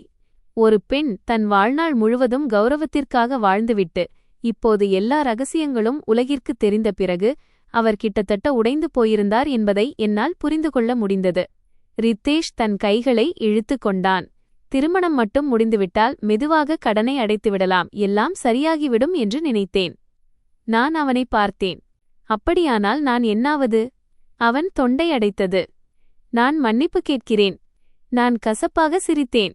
கடந்த சில நாட்களில் நான் அடிக்கடி கேட்ட வார்த்தை இதுதான், மன்னிப்பு. ஆனால் சில விஷயங்கள் உடைந்த பிறகு முன்பிருந்தது போல ஒருபோதும் ஆக முடியாது. அவன் தன் சட்டைப்பையிலிருந்து திருமண மோதிரத்தை எடுத்தான். அன்று இரவு நான் மேஜை மீது விட்டு வந்த அதே மோதிரம். அதை அவன் மேஜை மீது வைத்தான். இதை நான் இவ்வளவு காலம் பத்திரமாக வைத்திருந்தேன். அந்த மோதிரத்தை பார்த்தேன். என் இதயம் வலியால் நிறைந்தது. அவன் கிளம்புவதற்காக எழுந்தான். ஆனால் வாசலில் நின்றபோது திடீரென திரும்பினான். பிரியா. நான் தலையை உயர்த்தினேன். அவன் நீண்ட நேரம் என்னை பார்த்துவிட்டு மெதுவாகச் சொன்னான், எதிர்காலத்தில் உன்னை உண்மையாக நேசிக்கும் ஒருவரை நீ சந்தித்தால் என்னை பார்த்து திருமணத்தின் மீதுள்ள நம்பிக்கையை இழந்துவிடாதே. இதைக் கேட்டு என் கண்களில் கண்ணீர் வழிந்தது. நான் பதில் சொல்லவில்லை. அமைதியாக அவன் கதவை விட்டு வெளியேறுவதை பார்த்து கொண்டிருந்தேன். மாலை நேர மங்கலான வெளிச்சத்தில் அவனது நிழல் நீண்டு விழுந்தது. நாங்கள் கணவன் மனைவியாக சந்திக்கும் கடைசி தருணம் இது என்பதை நான் அறிந்திருந்தேன். அன்று மாலை நான் விவாகரத்து பத்திரத்தில் கையெழுத்திட்டேன். நான் பேனாவை கீழே வைத்தபோது என் கைகள் நடுங்கின. பயத்தினால் அல்ல, வலியினால். 3 வருட காதலுக்கான வலி, தொடங்கும் முன்பே முடிந்து போன ஒரு திருமணத்திற்கான வலி. ஆனால் அதே நொடியில் ஒரு நீண்ட கனவிலிருந்து விழித்தது போல நான் மிகவும் லேசாக உணர்ந்தேன். ஆனால் அடுத்த நாள் விவாகரத்து வழக்கு முடிவுக்கு வரும்போது என் மாமியார் கடைசி முறையாக முன்னால் வந்து அனைவரையும் அதிர்ச்சியில் ஆழ்த்தும் விதமாக ஏதோ ஒன்றை சொல்லப்போகிறார் என்பது எனக்கு தெரியாது. விவாகரத்து நடைமுறை நடைபெறும் நாளன்று வானத்தில் மேகங்கள் சூழ்ந்திருந்தன. மழை பெய்யப்போவது போல இருந்தது. நான் ஒரு சாதாரண கிரீம் நிறச் சட்டையை அணிந்திருந்தேன். தலைமுடியை பின்னால் கட்டிவிட்டு அமைதியாக என் அப்பாவுடன் காரில் ஏறினேன். என் அம்மா வாசலில் நின்று என்னை பார்த்து கொண்டிருந்தார். அவரது கண்கள் சிவந்திருந்தன. ஆனால் அவர் எதுவும் சொல்லவில்லை. சில திருமணங்கள் எவ்வளவு சீக்கிரம் முடிகிறதோ அவ்வளவு குறைவான வலியையே தரும் என்பதை அவர் புரிந்து கொண்டிருக்கலாம். நீதிமன்றத்திற்கான பாதை அவ்வளவு நீண்டது அல்ல. ஆனால் அன்று அந்த பாதை மிக நீண்டதாக தெரிந்தது. நான் ஜன்னல் அருகே அமர்ந்து பின்னோக்கி ஓடும் பாதையை பார்த்தபடி இருந்தேன். என் இதயம் வெறுமையாக இருந்தது. ஒரு வாரத்திற்கு முன்புதான் உறவினர்களின் வாழ்த்துகளுக்கு இடையே ஒரு அலங்கரிக்கப்பட்ட காரில் சென்று கொண்டிருந்தேன். இன்று என் திருமணத்தையே முடிவுக்கு கொண்டு செல்லச் செல்கிறேன். என் அப்பா காரை மிகவும் மெதுவாக ஓட்டிக் கொண்டிருந்தார். வழி முழுவதும் அவர் எதுவும் பேசவில்லை. நாங்கள் செல்ல வேண்டிய இடத்தை சென்றடையும் போது அவர் மெதுவாக, நீ உன் முடிவை மாற்றிக்கொள்ள விரும்புகிறாயா என்று கேட்டார். ஸ்டியரிங் வீல் மீது இருந்த என் அப்பாவின் உறுதியான கைகளை பார்த்தேன். பிறகு தலையசைத்தேன். அப்பா. என் அப்பா ஒரு பெருமூச்சு விட்டார். சரி, ஒரு பெரிய ஆபத்து விலகிவிட்டது என்று நினைத்துக்கொள்.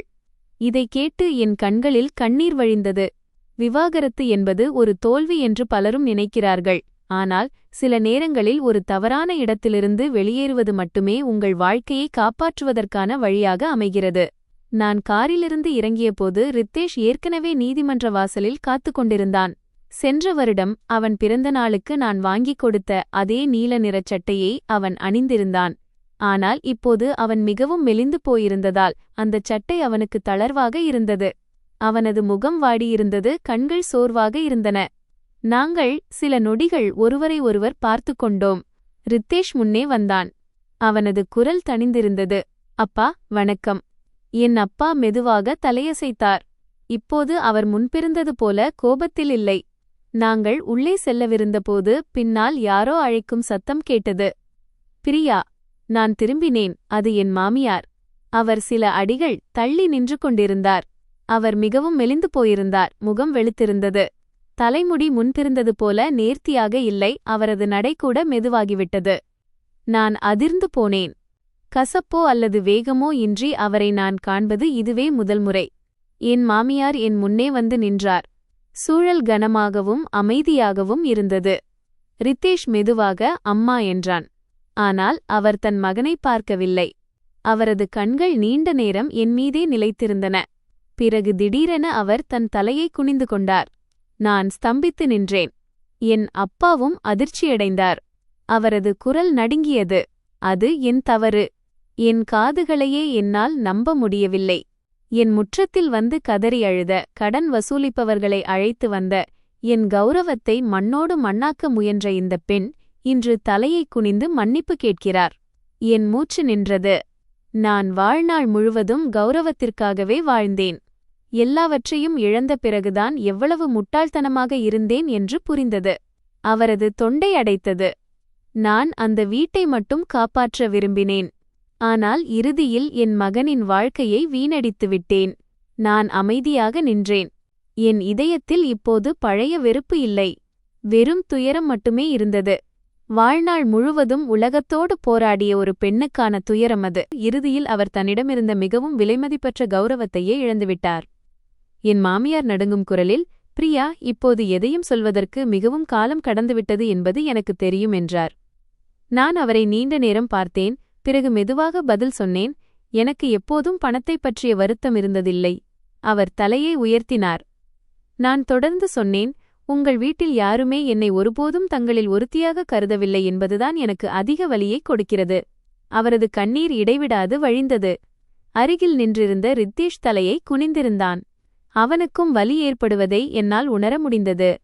ஆனால் எல்லாமே தன் கண் முன்னே சிதைந்து போவதைக் கண்டு எதையும் செய்ய முடியாமல் இருக்கும்போதுதான் மிகப்பெரிய வலி ஏற்படுகிறது. என் மாமியார் திடீரென தன் சேலை தலைப்பிலிருந்து ஒரு சிறிய பெட்டியை எடுத்து என்னிடம் கொடுத்தார். இதை நான் திருப்பித் தருகிறேன். நான் அதை திறந்து பார்த்தேன். அன்று நான் கழற்றி வைத்த அதே தங்க வளையல்கள் அவை. நான் ஆச்சரியத்துடன் நிமிர்ந்து பார்த்தேன். அவர் கசப்பாகச் சிரித்தார். எங்கள் வீட்டில் இப்போது ஒன்றும் மிஞ்சவில்லை.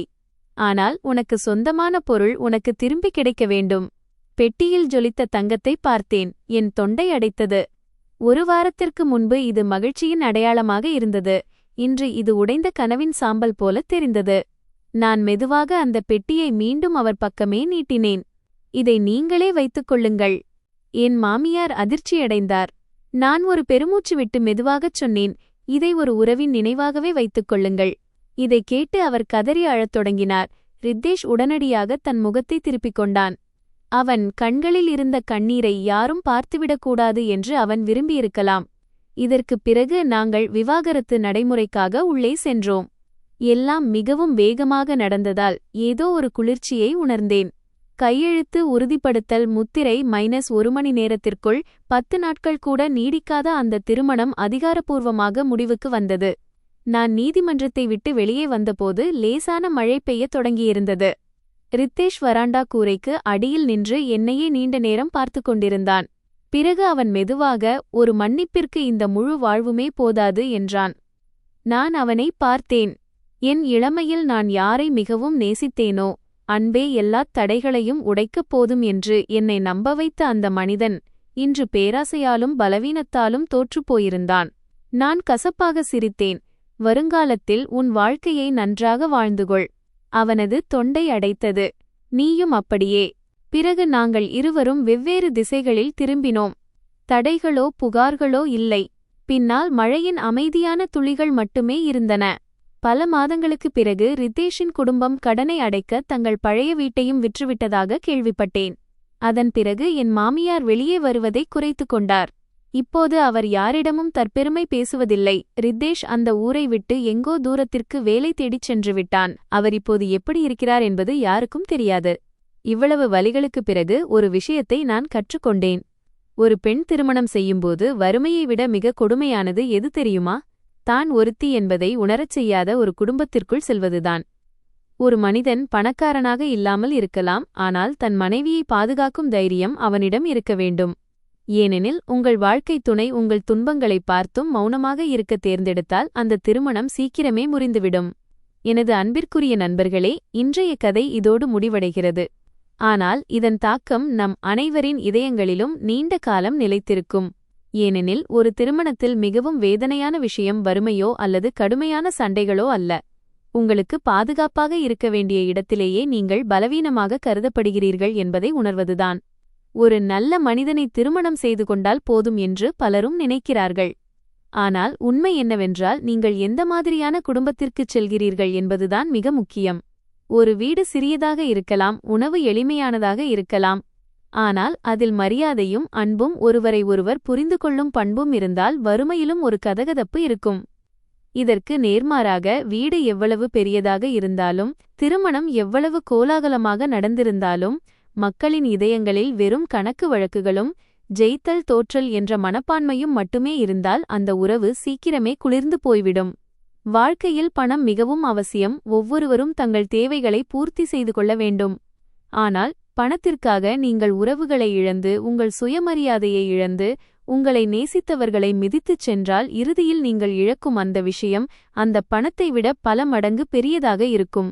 ஒரு விஷயம் இந்த கதைக்குப் பிறகு பல பெற்றோர்களும் சிந்தித்துப் பார்க்க வேண்டும் என்று நினைக்கிறேன். உங்கள் குழந்தைகளை நேசிப்பது என்பது அவர்களை உங்கள் பிடியிலேயே வைத்திருப்பது என்று அர்த்தமல்ல. குடும்பத்தை காப்பாற்றுவதற்காக மற்றொருவரின் மகிழ்ச்சியை பலிகொடுப்பது அன்பும் அல்ல. தன் மகனை உண்மையாக நேசிக்கும் ஒரு தாய் அவனுக்கு நேர்மையாக வாழக் கற்றுக் கொடுப்பாள்.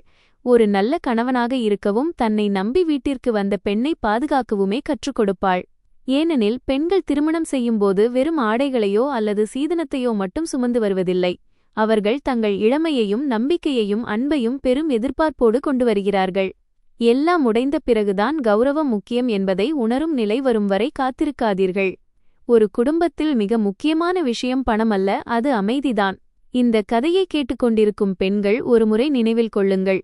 ஒரு மோசமான திருமணத்திற்கும் உங்கள் சுயமரியாதைக்கும் இடையில் எப்போதாவது ஒன்றை தேர்ந்தெடுக்க வேண்டிய சூழல் வந்தால் ஒன்றை மட்டும் நினைவில் வையுங்கள். துன்பங்களை பொறுத்துக் கொள்வது என்பது மகிழ்ச்சியை நிலைநிறுத்துவதற்காகத்தான் இருக்க வேண்டுமே தவிர உங்கள் ஆன்மாவை அழிப்பதற்காக அல்ல. மற்றவர்கள் நம்மை அவமானப்படுத்துவதற்காக நாம் வாழ வேண்டியதில்லை.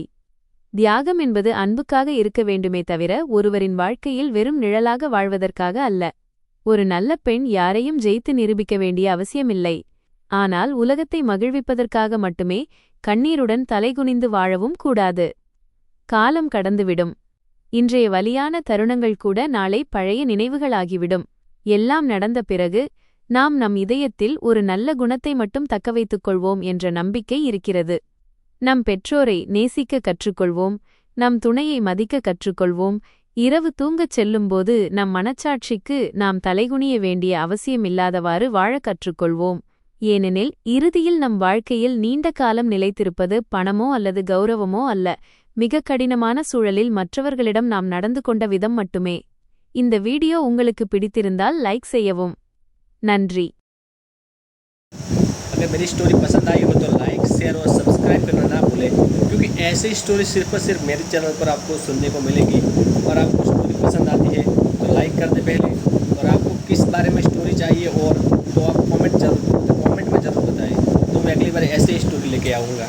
तो मिलते हैं एक ऐसे ही नेक्स्ट स्टोरी में, और तब तक के लिए धन्यवाद। आपका सपोर्ट मिलता है बहुत अच्छा, मुझे बहुत ही अच्छा लगता है जब आपका सपोर्ट मिलता है। ऐसे ही सपोर्ट करते रहो, मैं ऐसे ही स्टोरी लाता रहूँगा।